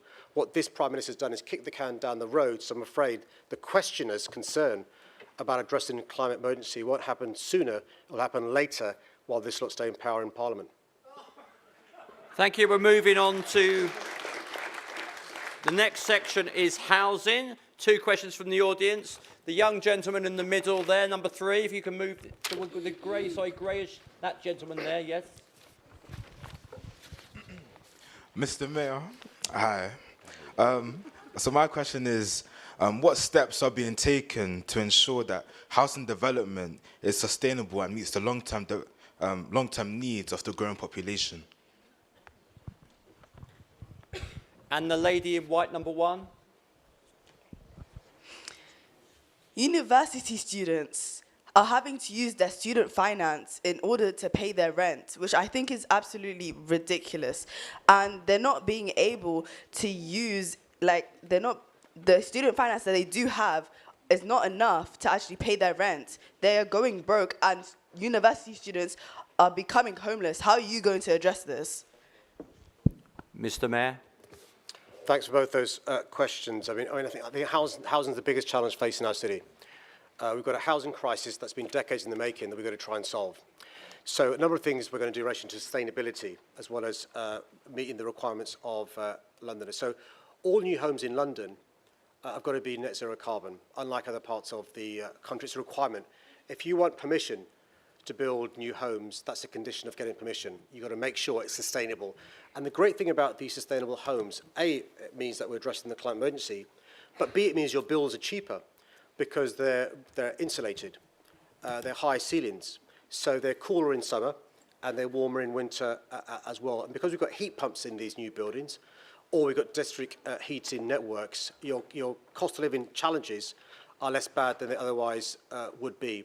We're also making sure the key issue in relation to helping Londoners is that they're affordable. So when I became mayor, an affordable home is one that cost either £500,000 to buy, or the rent was 80% of market value. So the rent could be much, much more in central London, maybe cheaper in other parts of London. We've thrown those dodgy definitions in the bin and said to a developer, if you want to build homes, half have got to be genuinely affordable. That's either a council home, where the rent is based on a manual worker's salary, a London living rent based upon a third of average earnings in an area, or shared ownership part by part rent. And as I said in my opening comments, we've broken records. Most homes completed at any period since the 1930s, most council homes any time since the 1970s, but it's not enough. We've got to be massively increasing the supply of new homes to meet the demand. And I'll give you one scary stat. For every 6 council homes sold off under right to buy, every 6 sold off, only 1 has been built in its place. So the supply is getting smaller and smaller and smaller, and the demand's going higher and higher and higher. And the second big thing we've got to do in relation to housing, because for the foreseeable future, the supply is not going to meet demand. There's more and more people renting privately from private landlords, and the rents are humongous. Average rent in a private property in London, £2,600 every month, and it's going up every year between 5 and 10%. So I'm lobbying the government to give me the powers to freeze the rents in London and then to bring in rent controls in London so people can afford to live in our city. The second question in relation to universities links with that answer to the last question. It's because rents are going up so much that uni students can't afford to live in London. There aren't enough places in halls of residence. So many students in their second and third year in particular go to a private landlord, often bad quality accommodation, and the rents are humongous. So the three things we want to do in relation to private accommodation: make sure the rents are affordable, make sure tenants have got better rights when they are tenants with the private landlord, so they can't be evicted for no good reason whatsoever, what's called Section 21 no-fault eviction. And thirdly, make sure the quality of accommodation is decent, no mould, no damp. And so what we're doing in City Hall is we have a rogue landlord register, so you can see who a dodgy landlord is. We're training inspectors to make sure they can inspect the properties to see if there's damp and mould. And we're lobbying the government to powers for rent freeze and rent control. And the final thing we're doing is when it comes to universities applying for permission to build halls of residence, we're requiring them to make sure a percentage are affordable for students who are struggling, because you're right, many students are having to do 2, 3, 4 jobs to get extra money in to pay for living in London, which for the reasons we've said is not cheap. A.M. Polanski and then A.M. Bailey, please. Thank you very much. Good evening, everyone. I'm Zach Polanski, and I'm from the Green Party. I rented for about 12 years in London, and I changed house about 14 times in that time, because very often the rent was just unmanageable. So your question is really important. I think this is happening to lots of young people across our city. And in fact, increasingly, we're seeing these things called bidding wars, where landlords decide, based on which tenant they're going to take, how much they can pay. And this is a completely unacceptable situation. Now, my Green colleague, Sean Berry, lobbied the mayor for about 2 years, pestered him about rent controls until he eventually agreed, and he lobbied the government for rent controls. I hope he's doing the same thing, though, with the leader of his party, Keir Starmer, and he's going to call for rent controls too. Now, on retrofitting, this is a huge win. This can do 3 things. It can lower emissions, it can lower bills, and it can create good green jobs. The problem here is this. The mayor declared a retrofit revolution, but at the rate that he is retrofitting homes in London, we'll have all the homes retrofitted that we need to by 2200. We are going far too slow. Now, I've written a report called Retrofit Revolution, What's Going Wrong? And this shows that there's money that is being unspent from the government. So this is something we urgently need to get on top of. We have some of the leakiest homes in Europe, and getting these homes retrofitted can lower bills and can also make sure that people renting have good, decent homes. A.M. Bailey. Thank you. The mayor will tell you that he achieved his housing figure, and he just about did it. He used every trick in the book, and I don't say that as a criticism. He worked hard and he made it happen. The big challenge now is, can he achieve his new affordable homes programme, because he's halfway through and hasn't built a single home. So we on the housing committee are pushing him to tell us how he's going to do that, because it's an enormous challenge for him and he needs to get it done. And we're here to help him, but also to hold him to account to make sure he does actually get it done. And the other thing to say is rent controls. Let me be very clear, if you're a young person, rent controls sound great, don't they? They're going to be an absolute disaster. They've never worked anywhere in the world, nowhere in the world. And I know you're sat there and it sounds great, but when you leave this room, you go and find out where in the world rent controls work. They simply haven't. They're an absolute disaster. They destroy supply and they destroy the conditions of the homes you're getting. And so you mustn't have that happen to young people. And if you do believe in rent controls and you think the mayor is serious, ask him what kind of rent controls, because that's the question he hasn't answered to the government. Even if the government were minded to give him the powers, and they're not, what kind? And until he answers that question, he's actually not serious, he's just playing politics. But again, rent controls have never worked anywhere ever in the history of humankind. To be fair to the online people, I'm going to ask their questions, although they are quite similar to what we've just heard. The first question is, will you call on the national government to introduce rent controls? And the second question is, what is the mayor doing to build the affordable homes London needs? And I'll call on A.M. Sheikh before the mayor to answer. Thank you, Chair. My name's Sakina Sheikh. I am the Labour Group lead on planning and regeneration, and it's really important to be talking about housing. I'm a young person who rents in London. I find it impossible to save half the time, given the cost of living crisis as well. And I think it's really important that we put this in the context. We have a government that oversees the national budget that we are allocated. 13 years of a Tory government has led to the housing crisis. This does not come about in a bubble. It's context. We have homelessness increasing because we had right to buy, which means we've lost our social housing stock. We have a really, really, really aggressive cycle of Section 21 no-fault evictions when dodgy landlords kick people out onto the streets and it escalates into temporary accommodation. We have kids growing up in temporary accommodation. So if you want to know what we're doing from City Hall, the Mayor and the Assembly are really clear that actually the government needs to stop messing about. The rental reform bill that was meant to fix this, it was meant to address the issues in the rental crisis that we have here in London and the UK. It's been delayed for over 4 years. We finally got it on the table and they're delaying again. This is dysfunctional governance from a Tory government. They cannot manage this country, and that's why we're in a housing crisis. That's why if you're a young person in London, it's impossible to build up the deposit to buy a house. You end up in a rental trapped market, and then when your rent rises, I have so many friends who get kicked out and they live in this precarious circumstance. You can't build community, you can't build friends, you can't put down roots, you can't establish a life, you can't thrive. So it's actually essential that we intervene in the rental market. That's why I'm so proud that our Mayor of London, Sadiq, said in his last election, this is a referendum on rent controls, and he was elected. So London has spoken that we want rent controls. So the very least we're asking from the government is at least give us the powers to do the investigation, to give you the evidence that this is clearly what Londoners need. Now, on the second issue of sustainable homes, and I think that was an excellent question from the young man in an incredible suit, I have to say. You know, we talk about leadership, it's been the theme of the evening, and I think it's a really important question because, again, we are always, it's important for politicians to be responsible in the constraints of what we are allocated from national government in terms of budget. So when we are having to deal with a government that moves the goalposts when it comes to, for instance, TfL funding deal, what we go away and do, which is what we do best, is we create world-leading policy, and that's what our policy on building sustainably is. 68% of London's carbon emissions comes from the way we construct and whether our housing is retrofitted or not, which is why, again, I'm really proud of the Mayor of London for having a retrofit programme for homes, but also having policy that the national government does not have on how we reduce carbon in the way that we construct our housing. So I think if you're looking for leadership, I certainly would recommend you going to the ballot next year and voting for a mayor who has shown leadership in policy and is showing leadership when it comes to intervening in the rental crisis. Thank you. Do you want to ask a question? Do you want to ask a question still? Come in here, they've got the microphone here. Before the mayor, just we have a young person in the front row. Oh, there's one there. You've got a microphone. First of all, I'd like to say that I did not appreciate you rejecting my question when I put my hand up as an advocate for young people. But I wanted to ask, what do you think is your timeline for housing actually being affordable? Because at the moment, I have not seen it become affordable, especially for my family.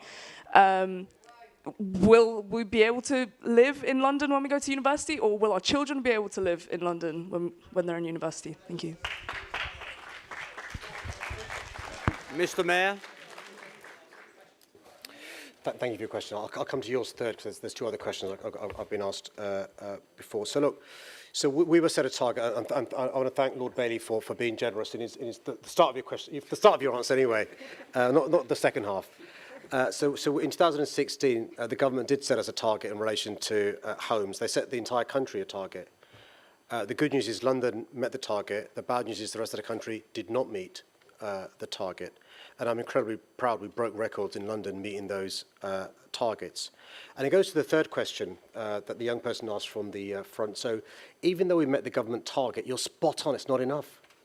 And so Tom Copley, who's here, who's the Deputy Mayor of Housing, brought together a number of experts, councils, housing associations, private developers, and other experts. Said, look, what do we need to do to meet your needs, your family's needs in relation to the supply of new homes meeting the demand? And what they said very simply was, look, the amount of money we get from the government we're grateful for every year, we need 6 times what we get from the government. So even though we've broken records, most completions, any time since the 1930s, we complete on average 35,000 homes a year. The previous mayor completed 25,000, by the way, but 35,000 not enough. We've got to be completing 50,000 every year. That's the bad news. And that's why I make the point which goes to the rent freeze and the rent control. For the foreseeable future, I'm afraid the supply of new homes, even with the best one in the world, is not going to meet demand. So for the foreseeable future, lots of people will be renting privately. Now, you can either pretend it works and people are doing okay, or you can recognise there are three big problems with renting privately. Zach is spot on. The rents go up without even no control over it. You can't afford it, so you've got to move, as Zach had to. Or the quality of the accommodation is not great. You're too scared to complain because you might be evicted. Because of three, you've got no rights as a private tenant. And so, again, good news. We've managed to persuade this government, different party. They've moved and they are now going to bring in a landlord's register. They originally said no. To give them credit, they moved during the pandemic and had a ban on any evictions during the pandemic. They listened to us. We're really, and the third thing in relation to this government is they stopped tenants having to pay a fee when they changed property. They've also agreed, by the way, to get rid of no-fault eviction eventually, as Sakina Sheikh said. What I'm saying to the government is, look, why don't you give us the powers to set up a commission? We'll get landlords in the commission, we'll get tenants, we'll get experts, and we'll form a system of rent controls that works for our city. But let me tell you the thing that's really exciting. In Scotland, the Labour Party and others, young people, lobbied the Scottish government and said, you know what, in the meantime, why don't you freeze rents? And the Scottish government agreed to freeze rents. If this government froze rents for 2 years, the average family will save £2,500. And that's why we're going to carry on lobbying the government. And if they don't agree to do it, hopefully the next government, the Labour government, they will. We've got time for one more question on housing from the audience. The lady in black, halfway up, number 3. There you go. So this question is directed towards Susan Hall, and Sadiq Khan, as Susan Hall seems to criticise what the mayor says a lot, but never gives an explanation of what you would do. There has been a rise in youth homelessness in London by 12% from 2020 to 2023. It would be wrong to say that the action has not been taken in order to avoid the further increase of this number. How much more does this number have to increase for these actions to be considered ineffective? AM Fortune, and then Susan, and then the mayor, please. Thank you. I just want to skip back a bit because I want to put some context around the support that the government has given the Mayor of London. Because we've heard that there is a challenge with housing. We've heard that not enough houses are being completed. And the important thing is about completions. You'll hear the Mayor talk about starts. Nobody can live in a start, right? You go, you flatten a piece of land, you put a shovel in it, that's a start. Completions are what matters. The government has so far given the Mayor about £9 billion to build some affordable housing, right? Now, we hear these numbers chucked around, $1 billion here, $1 billion there. If you were to go back in time, 1 million seconds, you'd be end of October, like Halloweenish, right? If you would go back in time 1 billion seconds, it'd be 1991. That's the difference between 1 million and 1 billion. The Mayor was given 4.6 billion to start 116 houses between 2016 and 2023. Of those 116, with the 4.2 billion he's been given, only half have been completed. He was then given another 4 billion for the 2021-2026 housing target. They took that number down. So first he was asked to build 116,000. Only half of those has been finished. With the next load of 4 billion quid he got, he was asked to build 35,000. Do you know how many of them have been completed? None. None. Nothing. Zip. Nada. So we agree. There is a housing problem in London. And the person with responsibility for fixing it, and £9 billion of government money to do it, is sitting right there.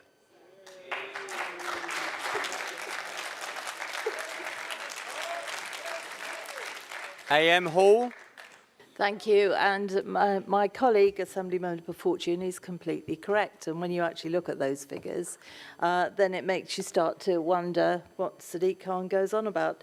To the lady that asked the questions, I am a London Assembly member, and therefore it is my job to scrutinise the Mayor. So it is my job to ask questions of what he is doing.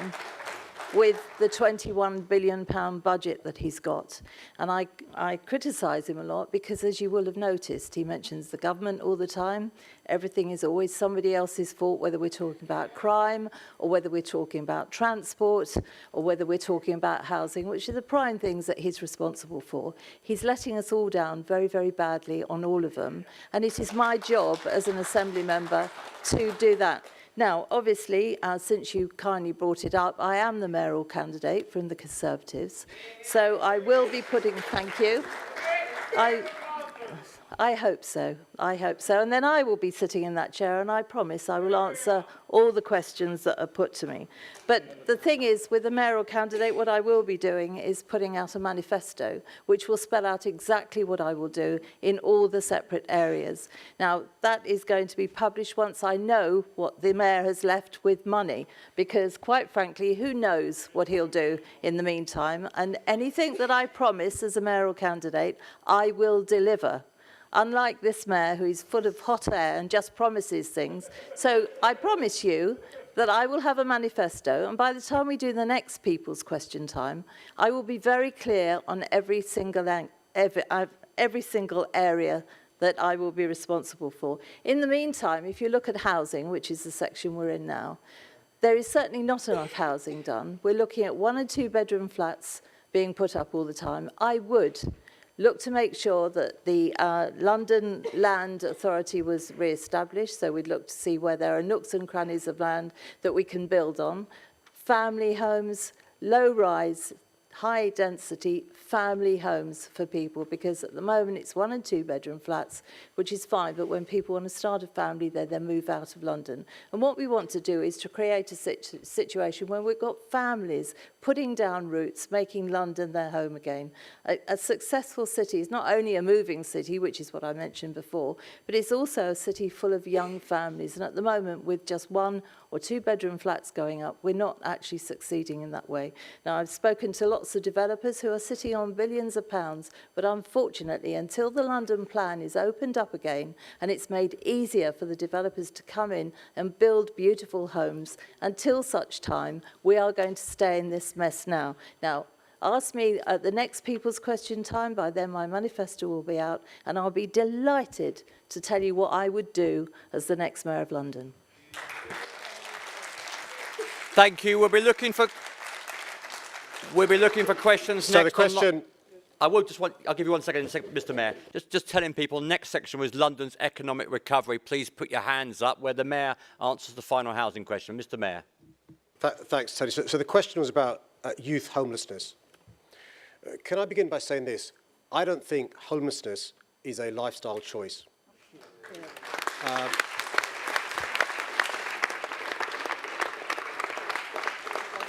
The question is, does Susan? That's the question. So a lifestyle, just think about that, a lifestyle choice. Now, just think about the things going through your head when you can say people who are rough sleeping, people who are homeless are choosing to do so. Do you want people like that to be the mayor of your city? Or do you want people who are trying to address these issues? So, for example, I'm really proud. Over the last 7 years, more than 15,000 rough sleepers have been taken off the streets, and 90% are still off the streets because of our investment. The problem is this: there's a conveyor belt of new people coming onto our streets because of changes in welfare benefits policies, because of housing allowance, because of all sorts of issues in the private rental sector. We've got to be prevented in the first place people being made homeless. It's not a lifestyle choice, it's because of challenges they face. And that's why it's incredibly important we address the housing crisis by building more genuinely affordable homes. Not luxury penthouse flats, not homes that are bought by foreigners off-plan as an investment to use the gold bricks, but homes that Londoners can afford to live in. And it's noteworthy that there's one party that doesn't want homes to be affordable, and there's another party that wants them to be affordable. You know, the last year Boris Johnson was mayor, do you know how many homes were given permission that were council homes? 3. 3 in his last year. Do you know last year how many council homes we built? 15,600. 15,600. versus 3. Now, and that's the choice. And that's the choice at the next election. A party in the pocket of developers, a mayor in the pocket of a Tory Prime Minister, or a champion and a fighter for our city. And with me, you know what you got. The last section I stress is the London's economic recovery. The young man next to you, number 3, paddle. Hello, Mr. Sadiq Khan. My name is Mohammed Ibrahim, and I wanted to ask, what are you doing towards economic recovery? Because you say that more police have been added to the streets, but police are taking long to come. I was involved in a car accident a few weeks ago, and we were waiting in the car for more than 45 minutes for police to come. And during this time of inflation, prices have been rising a lot, and some people aren't able to tackle these price rises. What are you doing to help those people? Raising council tax. And paddle 4, the lady in white by you.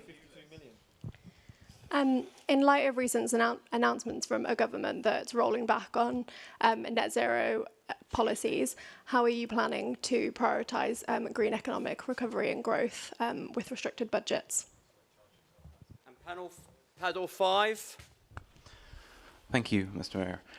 What specific initiatives are in place to boost London's economic recovery, and how do you plan to support struggling businesses and promote employment growth under your continuing and successful leadership? Thank you.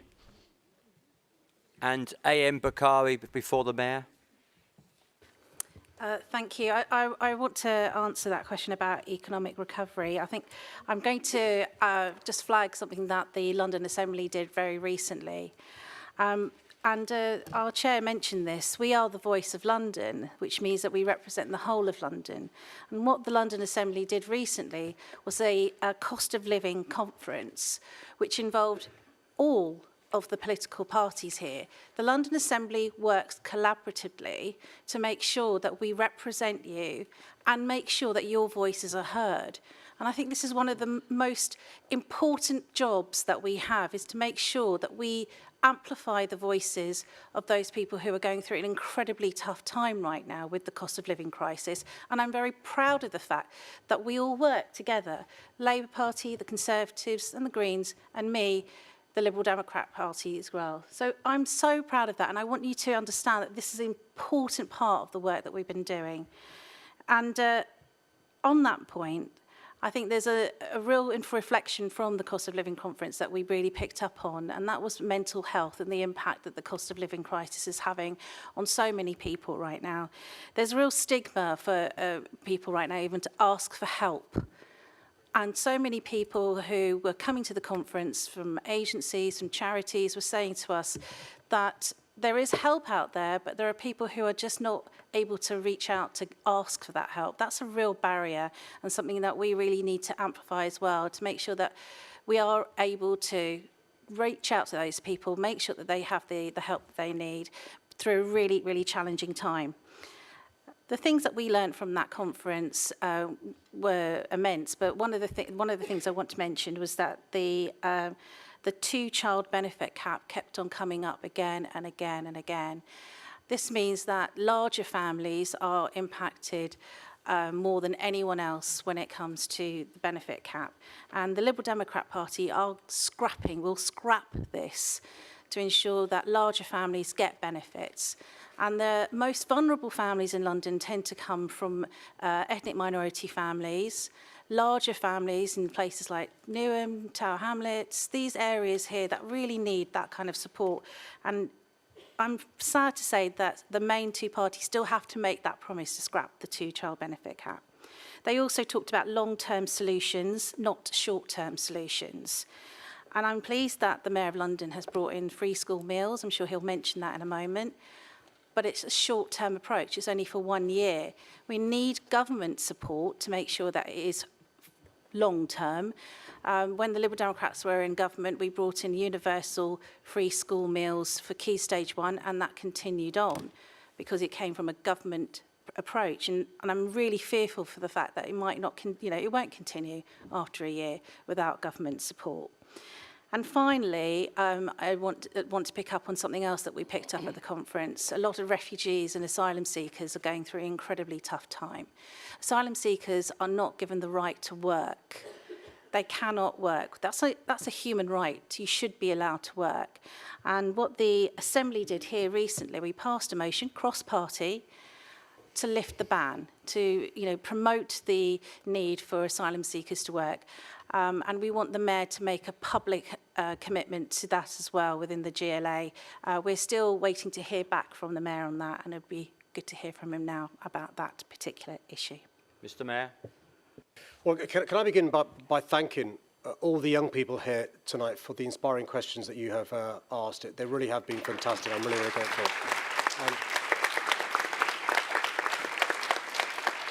And actually, you've shown how to disagree agreeably, and I'm incredibly grateful for that. The elders could learn from you and the way you've conducted yourself this evening.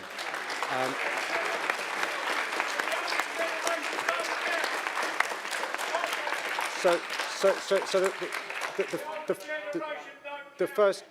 the first question was about inflation and the impact in relation to the challenges that you are facing. So obviously, we as a City Hall, with the best will in the world, can't control the macroeconomics of what's happening in the country in relation to interest rates and those sorts of issues and what's leading to some of the inflation across the country. What we can do, though, is make it easier for people during the cost of living crisis. So, for example, I'm incredibly proud, for the first time in the history of our city, every family with a child at primary school is saving £440 because we have, for the first time in history, universal free school meals. If you've got 2, 3 children, you're saving a lot of money as a consequence of our investment in free school meals.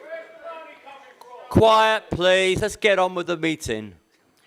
One of the reasons why we've made sure that the London living wage has gone up the amount it has, more than 40% since I became mayor. For those people to do a hard day's work, they deserve a decent day's pay. It's now more than £13.15. And the great news is, whereas before, 1 out of 5 Londoners didn't receive a London living wage, they're less than the London living wage, that's gone down now to almost 10%. More and more employers understand the benefits of paying their staff more.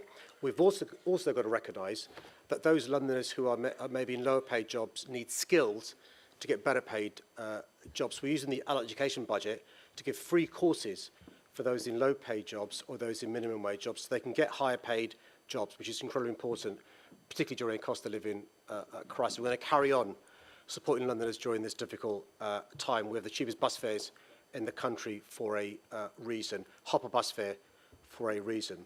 The second question is incredibly important.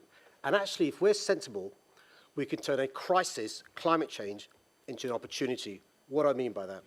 Just think about the fact that we are in London now. We've got more than a third of the country's electric vehicle charging points. That's jobs being created to install the EV charging points, which tackles the climate emergencies. More rapid charging points than any city in Western Europe. That's creating jobs as well. The electric buses, we've now got more than 1,000 electric buses, more than any city in Western Europe. That's jobs being created across the country. Insulating our homes, Zach talked about a retrofit revolution, which is what we're embarking on. That's creating jobs, insulation, double glazing, triple glazing. Installing the water fountains is creating jobs. So I think what we should do, instead of kicking the can down the road, is embrace the need to tackle the climate emergency. But guess what? Not only do we create jobs, we reduce people's bills. Because if homes are insulated, it means you're not spending so much on your heating bill during the winter. If homes are designed well, taller ceilings, bigger windows, you have air going through your buildings, you don't need to have your fans running during the course of the summer. And it's incredibly important that we cities lead, because it's quite clear that governments aren't leading. And so cities have got to be the doers, whereas the governments quite clearly are the delayers. And the third question is really, really important about how we can support small businesses, particularly post-pandemic, during this recovery that is required so much. You know, an amazing stat, more than 95% of Londoners work for a small business. So by helping small businesses, we're helping the vast majority of Londoners. So a number of things we're doing to help small businesses. The great news, by the way, is since 2016, we've supported more than 12,000 businesses in London, many small businesses. They help create more than 330,000 jobs. It's they that make the profits, that pays the taxes. That means you can provide the public services we provide. So the two best examples of the things we are doing to support small businesses is something called Grow London. And this is a one-stop shop for a small business person to get support in relation to the things that will help them thrive and flourish. There could be a trip to overseas to speak to venture capitalists, to speak to angel investors, to sell their goods and services overseas. And the second big thing we're doing is something called the London Business Hub. So you, as a small business, may find it really difficult to take on an apprentice. You find it difficult to apply for grant money. You might find the cost of doing business quite difficult, getting skilled labour, getting expertise. We will help you do that with the London Business Hub. And the final thing, Tony, it's worth mentioning is our high streets. Our high streets are incredibly important, so we're investing in a high streets fund to support small businesses on the high streets, so more and more people are walking past their shops, their businesses will go in and hopefully be potential customers and clients. And it's incredibly important. City Hall is pro-business, because being pro-business supports our city. Right, I've now got four Assembly members that want to speak, but I want to take the audience first. So the gentleman with newspaper up there. Sorry. Yeah, me? Yes. Perfect, thank you. We've heard a lot about government. Do you all mind just turning around? People's question time, not Prime Minister's question time. Okay, thank you. London's economic recovery. Mr. Mayor, are you paying attention? Mr. Mayor, have you been out into London? Because businesses shutting, ULEZ taxing the poorest. We've got tube fares that are the highest metro fare in the world. You can't build any houses. You can't build any houses, especially not affordable ones. London under you is crumbling. And every single person who can be bothered to say to you that what they think, London is falling apart because of you, but it's always someone else's fault, isn't it? It's always the government, or it's the Met Police Commissioner, or it's someone else, or, you know, oh, it was a difficult weather today, so that's why the climate's bad. I'm sorry, but the buck stops at you. You are London's mayor. You are the Police and Crime Commissioner of the Metropolitan Police. It's your responsibility. So when will you do us a favour and resign? Right, have we got one more? We want Susan Hall. Okay, we don't want Sadiq Khan. We want Susan Hall, not Sadiq Khan. I'll hire you later for the Tory party. Thank you. Next. And the gentleman there, number one, yes. Thank you. Shoplifting is on rise in London. What do you have in place to support businesses, especially small businesses who are being affected? And this shoplifting is because of homelessness, which is really on the rise in London. Right, I'm now going to call 4 AMs. They better all be very quick. You've got 30 seconds each in the following order. AM Harani, AM Polanski, and AM Desai. Be very short this time, please. And then finally, AM Boff. Go.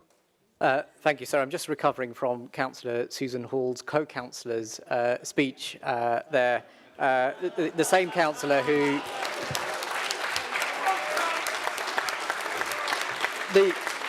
The same councillor, I think, who ran a... Okay. Susan. Yeah, so I think you'd be quite interested to see some of... Because he's asking questions, just like lots of the other audience. Perhaps he'll get I didn't hear a question. Come on. People at the front as well, please. Yeah. AM Harani, carry on. Thank you. I think you'd be quite interested in one... Come on. Go ahead, AM. Please. Come on. Oh, God. Tony, you've got This is your final warning. Or else we'll just clear the room. We've got We've only got 4 minutes left, so we can stop early. No, come on, AM Horani, quick. Quiet! Go. Thank you. So there's a serious question somewhere in there about economic growth, and the Mayor addressed some of the issues about how London can work with industries to make sure that we have that economic growth. If we're looking at car manufacturing, for example, looking at how maybe some of our environmental policies, as well as when London and TfL invest in buses, can help to improve economic growth and boost jobs in other parts of the country. What we need to see is actually a serious government that takes London seriously and recognises the importance that we have, especially on a global platform. If we look at the fastest growing industry before the pandemic in London, it was culture and tourism and the creative industries. And we have had investment from City Hall in terms of London Borough of Culture. I know in my area, my constituency in particular, we had mass investment in culture and creative industries. There's the cultural enterprise zones as well, which is boosting local projects and local artists to get to that next stage. And as someone who represents an area that includes Wembley Stadium, if you look at the programme of activity that we had over this summer in particular in terms of concerts, events and sporting events as well, it's something that we really need to drive London. I know that the work that London and partners are doing is promoting London as that global tourist destination, because it's only by working and recognising London's significance to the UK that we can get that economic growth and boost and get that recovery that we all need. Thank you, Zach. Thank you. All evening we've heard about a cost of living crisis, but actually what we've got in this country and in London is an inequality crisis. Plenty of people are doing perfectly well right now, and what we really need to be doing is taxing wealth. So when we think about environmental justice, there's no environment, thank you. There's no environmental justice without social, racial and economic justice too, and it's vital that we always make sure that black and brown communities, working class communities, people with disabilities co-design and co-produce any measures to tackle the climate crisis. And for example, when we look at transport, it can't make sense that if you can't afford to live in zone 1 but you live in zone 6, you have to pay more if you're a key worker to get into zone 1. So we should be looking at things like flat fares across the whole of the transport infrastructure to make sure that we're keeping fares as low as possible. Now, the Mayor's getting some of this right, but recently when I asked him about private jets, this is something that's used by 1% of the population, not even 1%. He said that he wouldn't condemn all use of private jets in London because sometimes there might be exceptional circumstances, like time of day. I think it's vital we make sure that when we're making measures, we're making sure we're thinking about the 99% of Londoners and not the 1% of wealthiest Londoners. And finally, having had a go at the Mayor, I want to congratulate him on free school meals. He talks about this a lot, but to be honest, if I'd come up with free school meals and got that going in London, I'd talk about it a lot too. It's really important that children going to bed tonight will have been to school. They might be living in poverty, but when they went to school, they'll have had a decent meal. We know the research that shows that universality doesn't just obviously help them with their nutrition, but also helps with their learning attainment, and that's really important. This principle of universality should be extended, though. I've been campaigning for a universal basic income. There's a community in East Finchley that have been setting up community pilot projects of themselves, and I'm really pleased that the Mayor said he's proud of that project, and he applauds them. What I'd like to see him is getting behind that project even more and helping to fund it, or at least wraparound support, because a universal basic income should be the future, so no one has to live in poverty or insecurity. Thank you, Chair. Unmesh, very quickly. Very quickly, Chair. 2 concrete measures to tackle the cost of living crisis by this Labour Mayor. Hard facts. He increased the London living wage by 10% to £13.15. It has risen by 40% since 2016. Also, the announcement at the Olympic Stadium, and that's the way to tackle the cost of living crisis, which is also a crisis about low wages. And secondly, free school meals. Free school meals. I did not just campaign for it. I actually helped implement it. I was a councillor in this area for 20 years. And in 2009, I was part of the administration that introduced the country's first free school meals program, saving a family with 2 kids £667 a year. Solid measures. That is what we need. Yes, it's for 1 year. But I tell you what, talk to those people who are benefiting from this scheme. Assemblymember Best, who's not here, actually said it's like reversing Robin Hood, taking from the poor to give to the rich. Well, that actually is completely sort of contradiction of reality. The families who benefit from free school meals appreciate it. That's a concrete way to beat the cost of living crisis. Thank you. AM Boff. You know, I feel sorry for the mayor, only because of the party he's in, really. He's got plenty of money. He's increased council tax, or his precept to the council tax since he got elected by 58%, and there's money sloshing around at City Hall. And there's very rare occasions, on very rare occasions, the Assembly actually has the power to change the mayor's budget. And if we all agree, or most of us agree, 2/3 of us agree, we can actually change the mayor's budget. So at the budget setting, we had a proposal. All the parties had voted for improving the transport network so that there were more changing place toilets for the disabled on the transport network. All the parties agreed with that, except for Labour. We then proposed that we should have a better scrappage scheme so that those small businesses that have now been put out of business by the mayor's ULEZ would at least have the resources to be able to upgrade their vehicles. All the Assembly supported that, except Labour. We then said, as Assembly Member Harani said earlier, we needed to invest in buses. And so we then said we'd use some of that money to invest in buses in out of London because we realise how important those buses are to the economy of London. And all the Assembly members voted for, except Labour. Now, all I would ask you to do is feel sorry for the mayor because of the party he's in. And it's a shame that with the available money that he's now got, he's presiding over the death of the economy, especially the nighttime economy in London. And he's even gone to the extent, he's so pleased with his record on the nighttime economy in London that he's rewarded the night czar a 40% pay increase for presiding over a year-on-year decline of the nightlife in London. And it makes you wonder, perhaps we should put in a perverse alternative. Perhaps we should actually have a night czar for doing nothing. Because at least then you know they're going to fail and you might get something done. So the mayor has failed, but he's failed because of the party he's in. Feel sorry for him. We've got 7 minutes to do all other questions. I'd like to do a couple for culture, health, or education, but before, I know you want to... The shopkeeper with a question about theft. And, oh, apologies. Go ahead.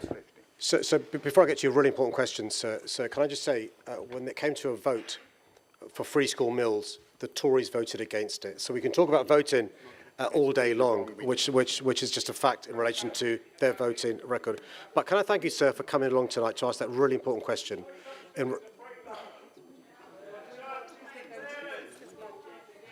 So can I... Quiet!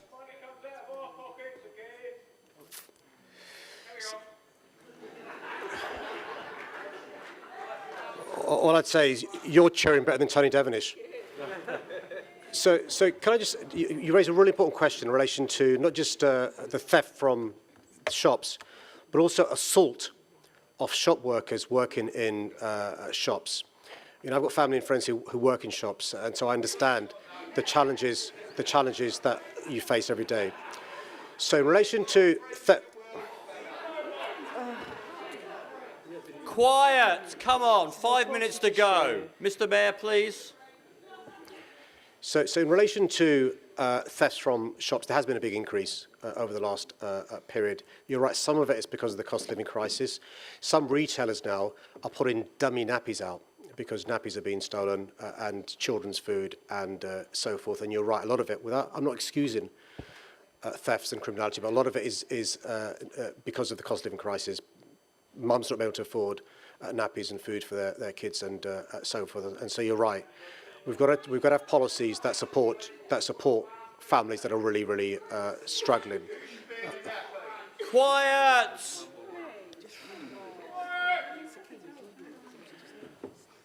And we 4 know, minutes. And we know half the families in London are just about managing or financially struggling. And that's why free school meals is making a difference to those families.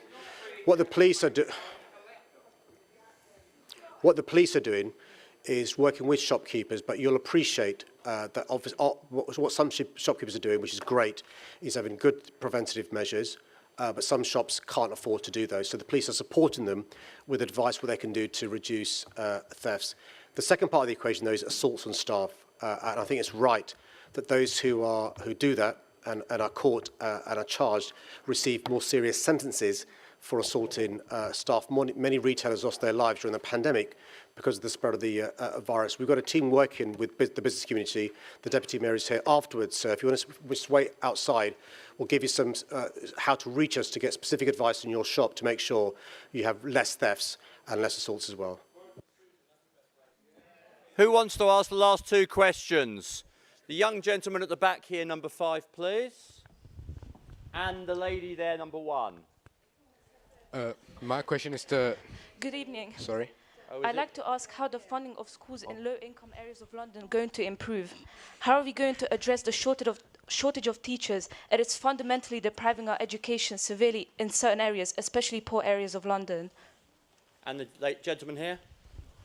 My question to Sadiq Khan, since he's going on about policing, how would you tackle the unjustified arrest that Metropolitan Police has made against pro-Palestinian protesters for simply waving a Palestine flag?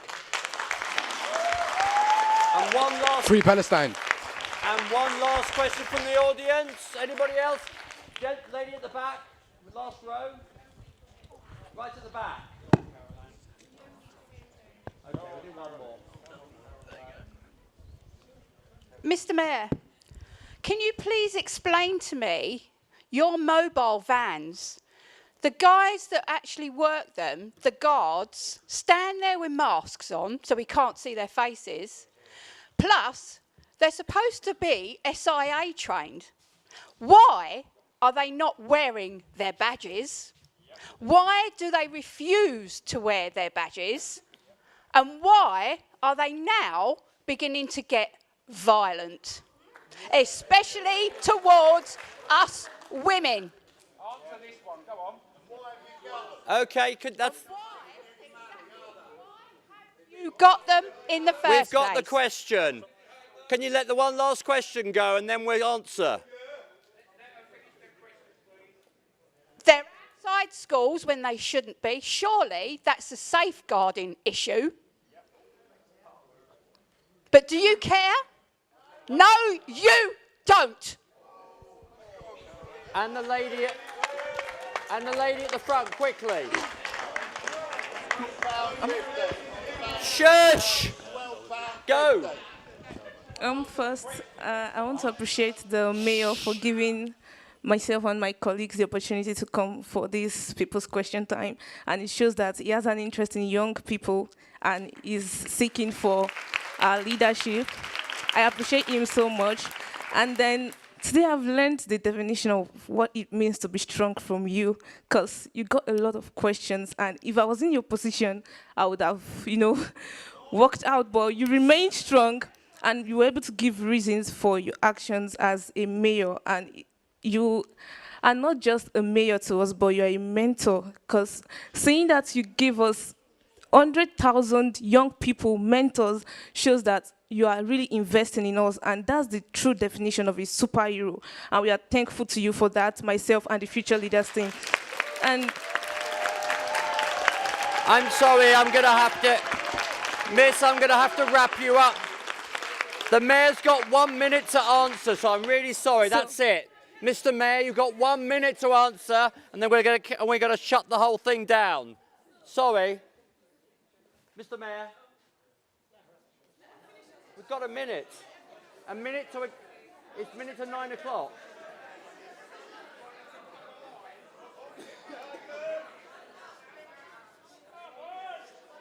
We got 1 minute left.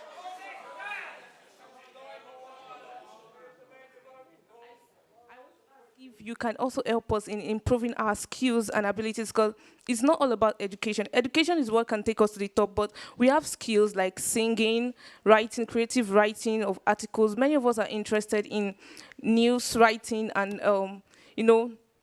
just developing our skills. So are there platforms for us as young people to thrive in London? Because and I gave an example, which is Britain's Got Talent, but can we bring opportunities like that to London so that it can be closer to people and we don't feel left out of such opportunities? So I thank you so much, sir. And then I have 2 concerns also concerning school buses.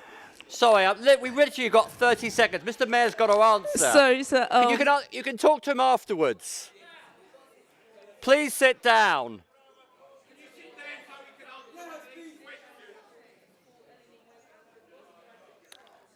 I think I'm going to say good night now because it's 9 o'clock. I apologise. Good night, everybody.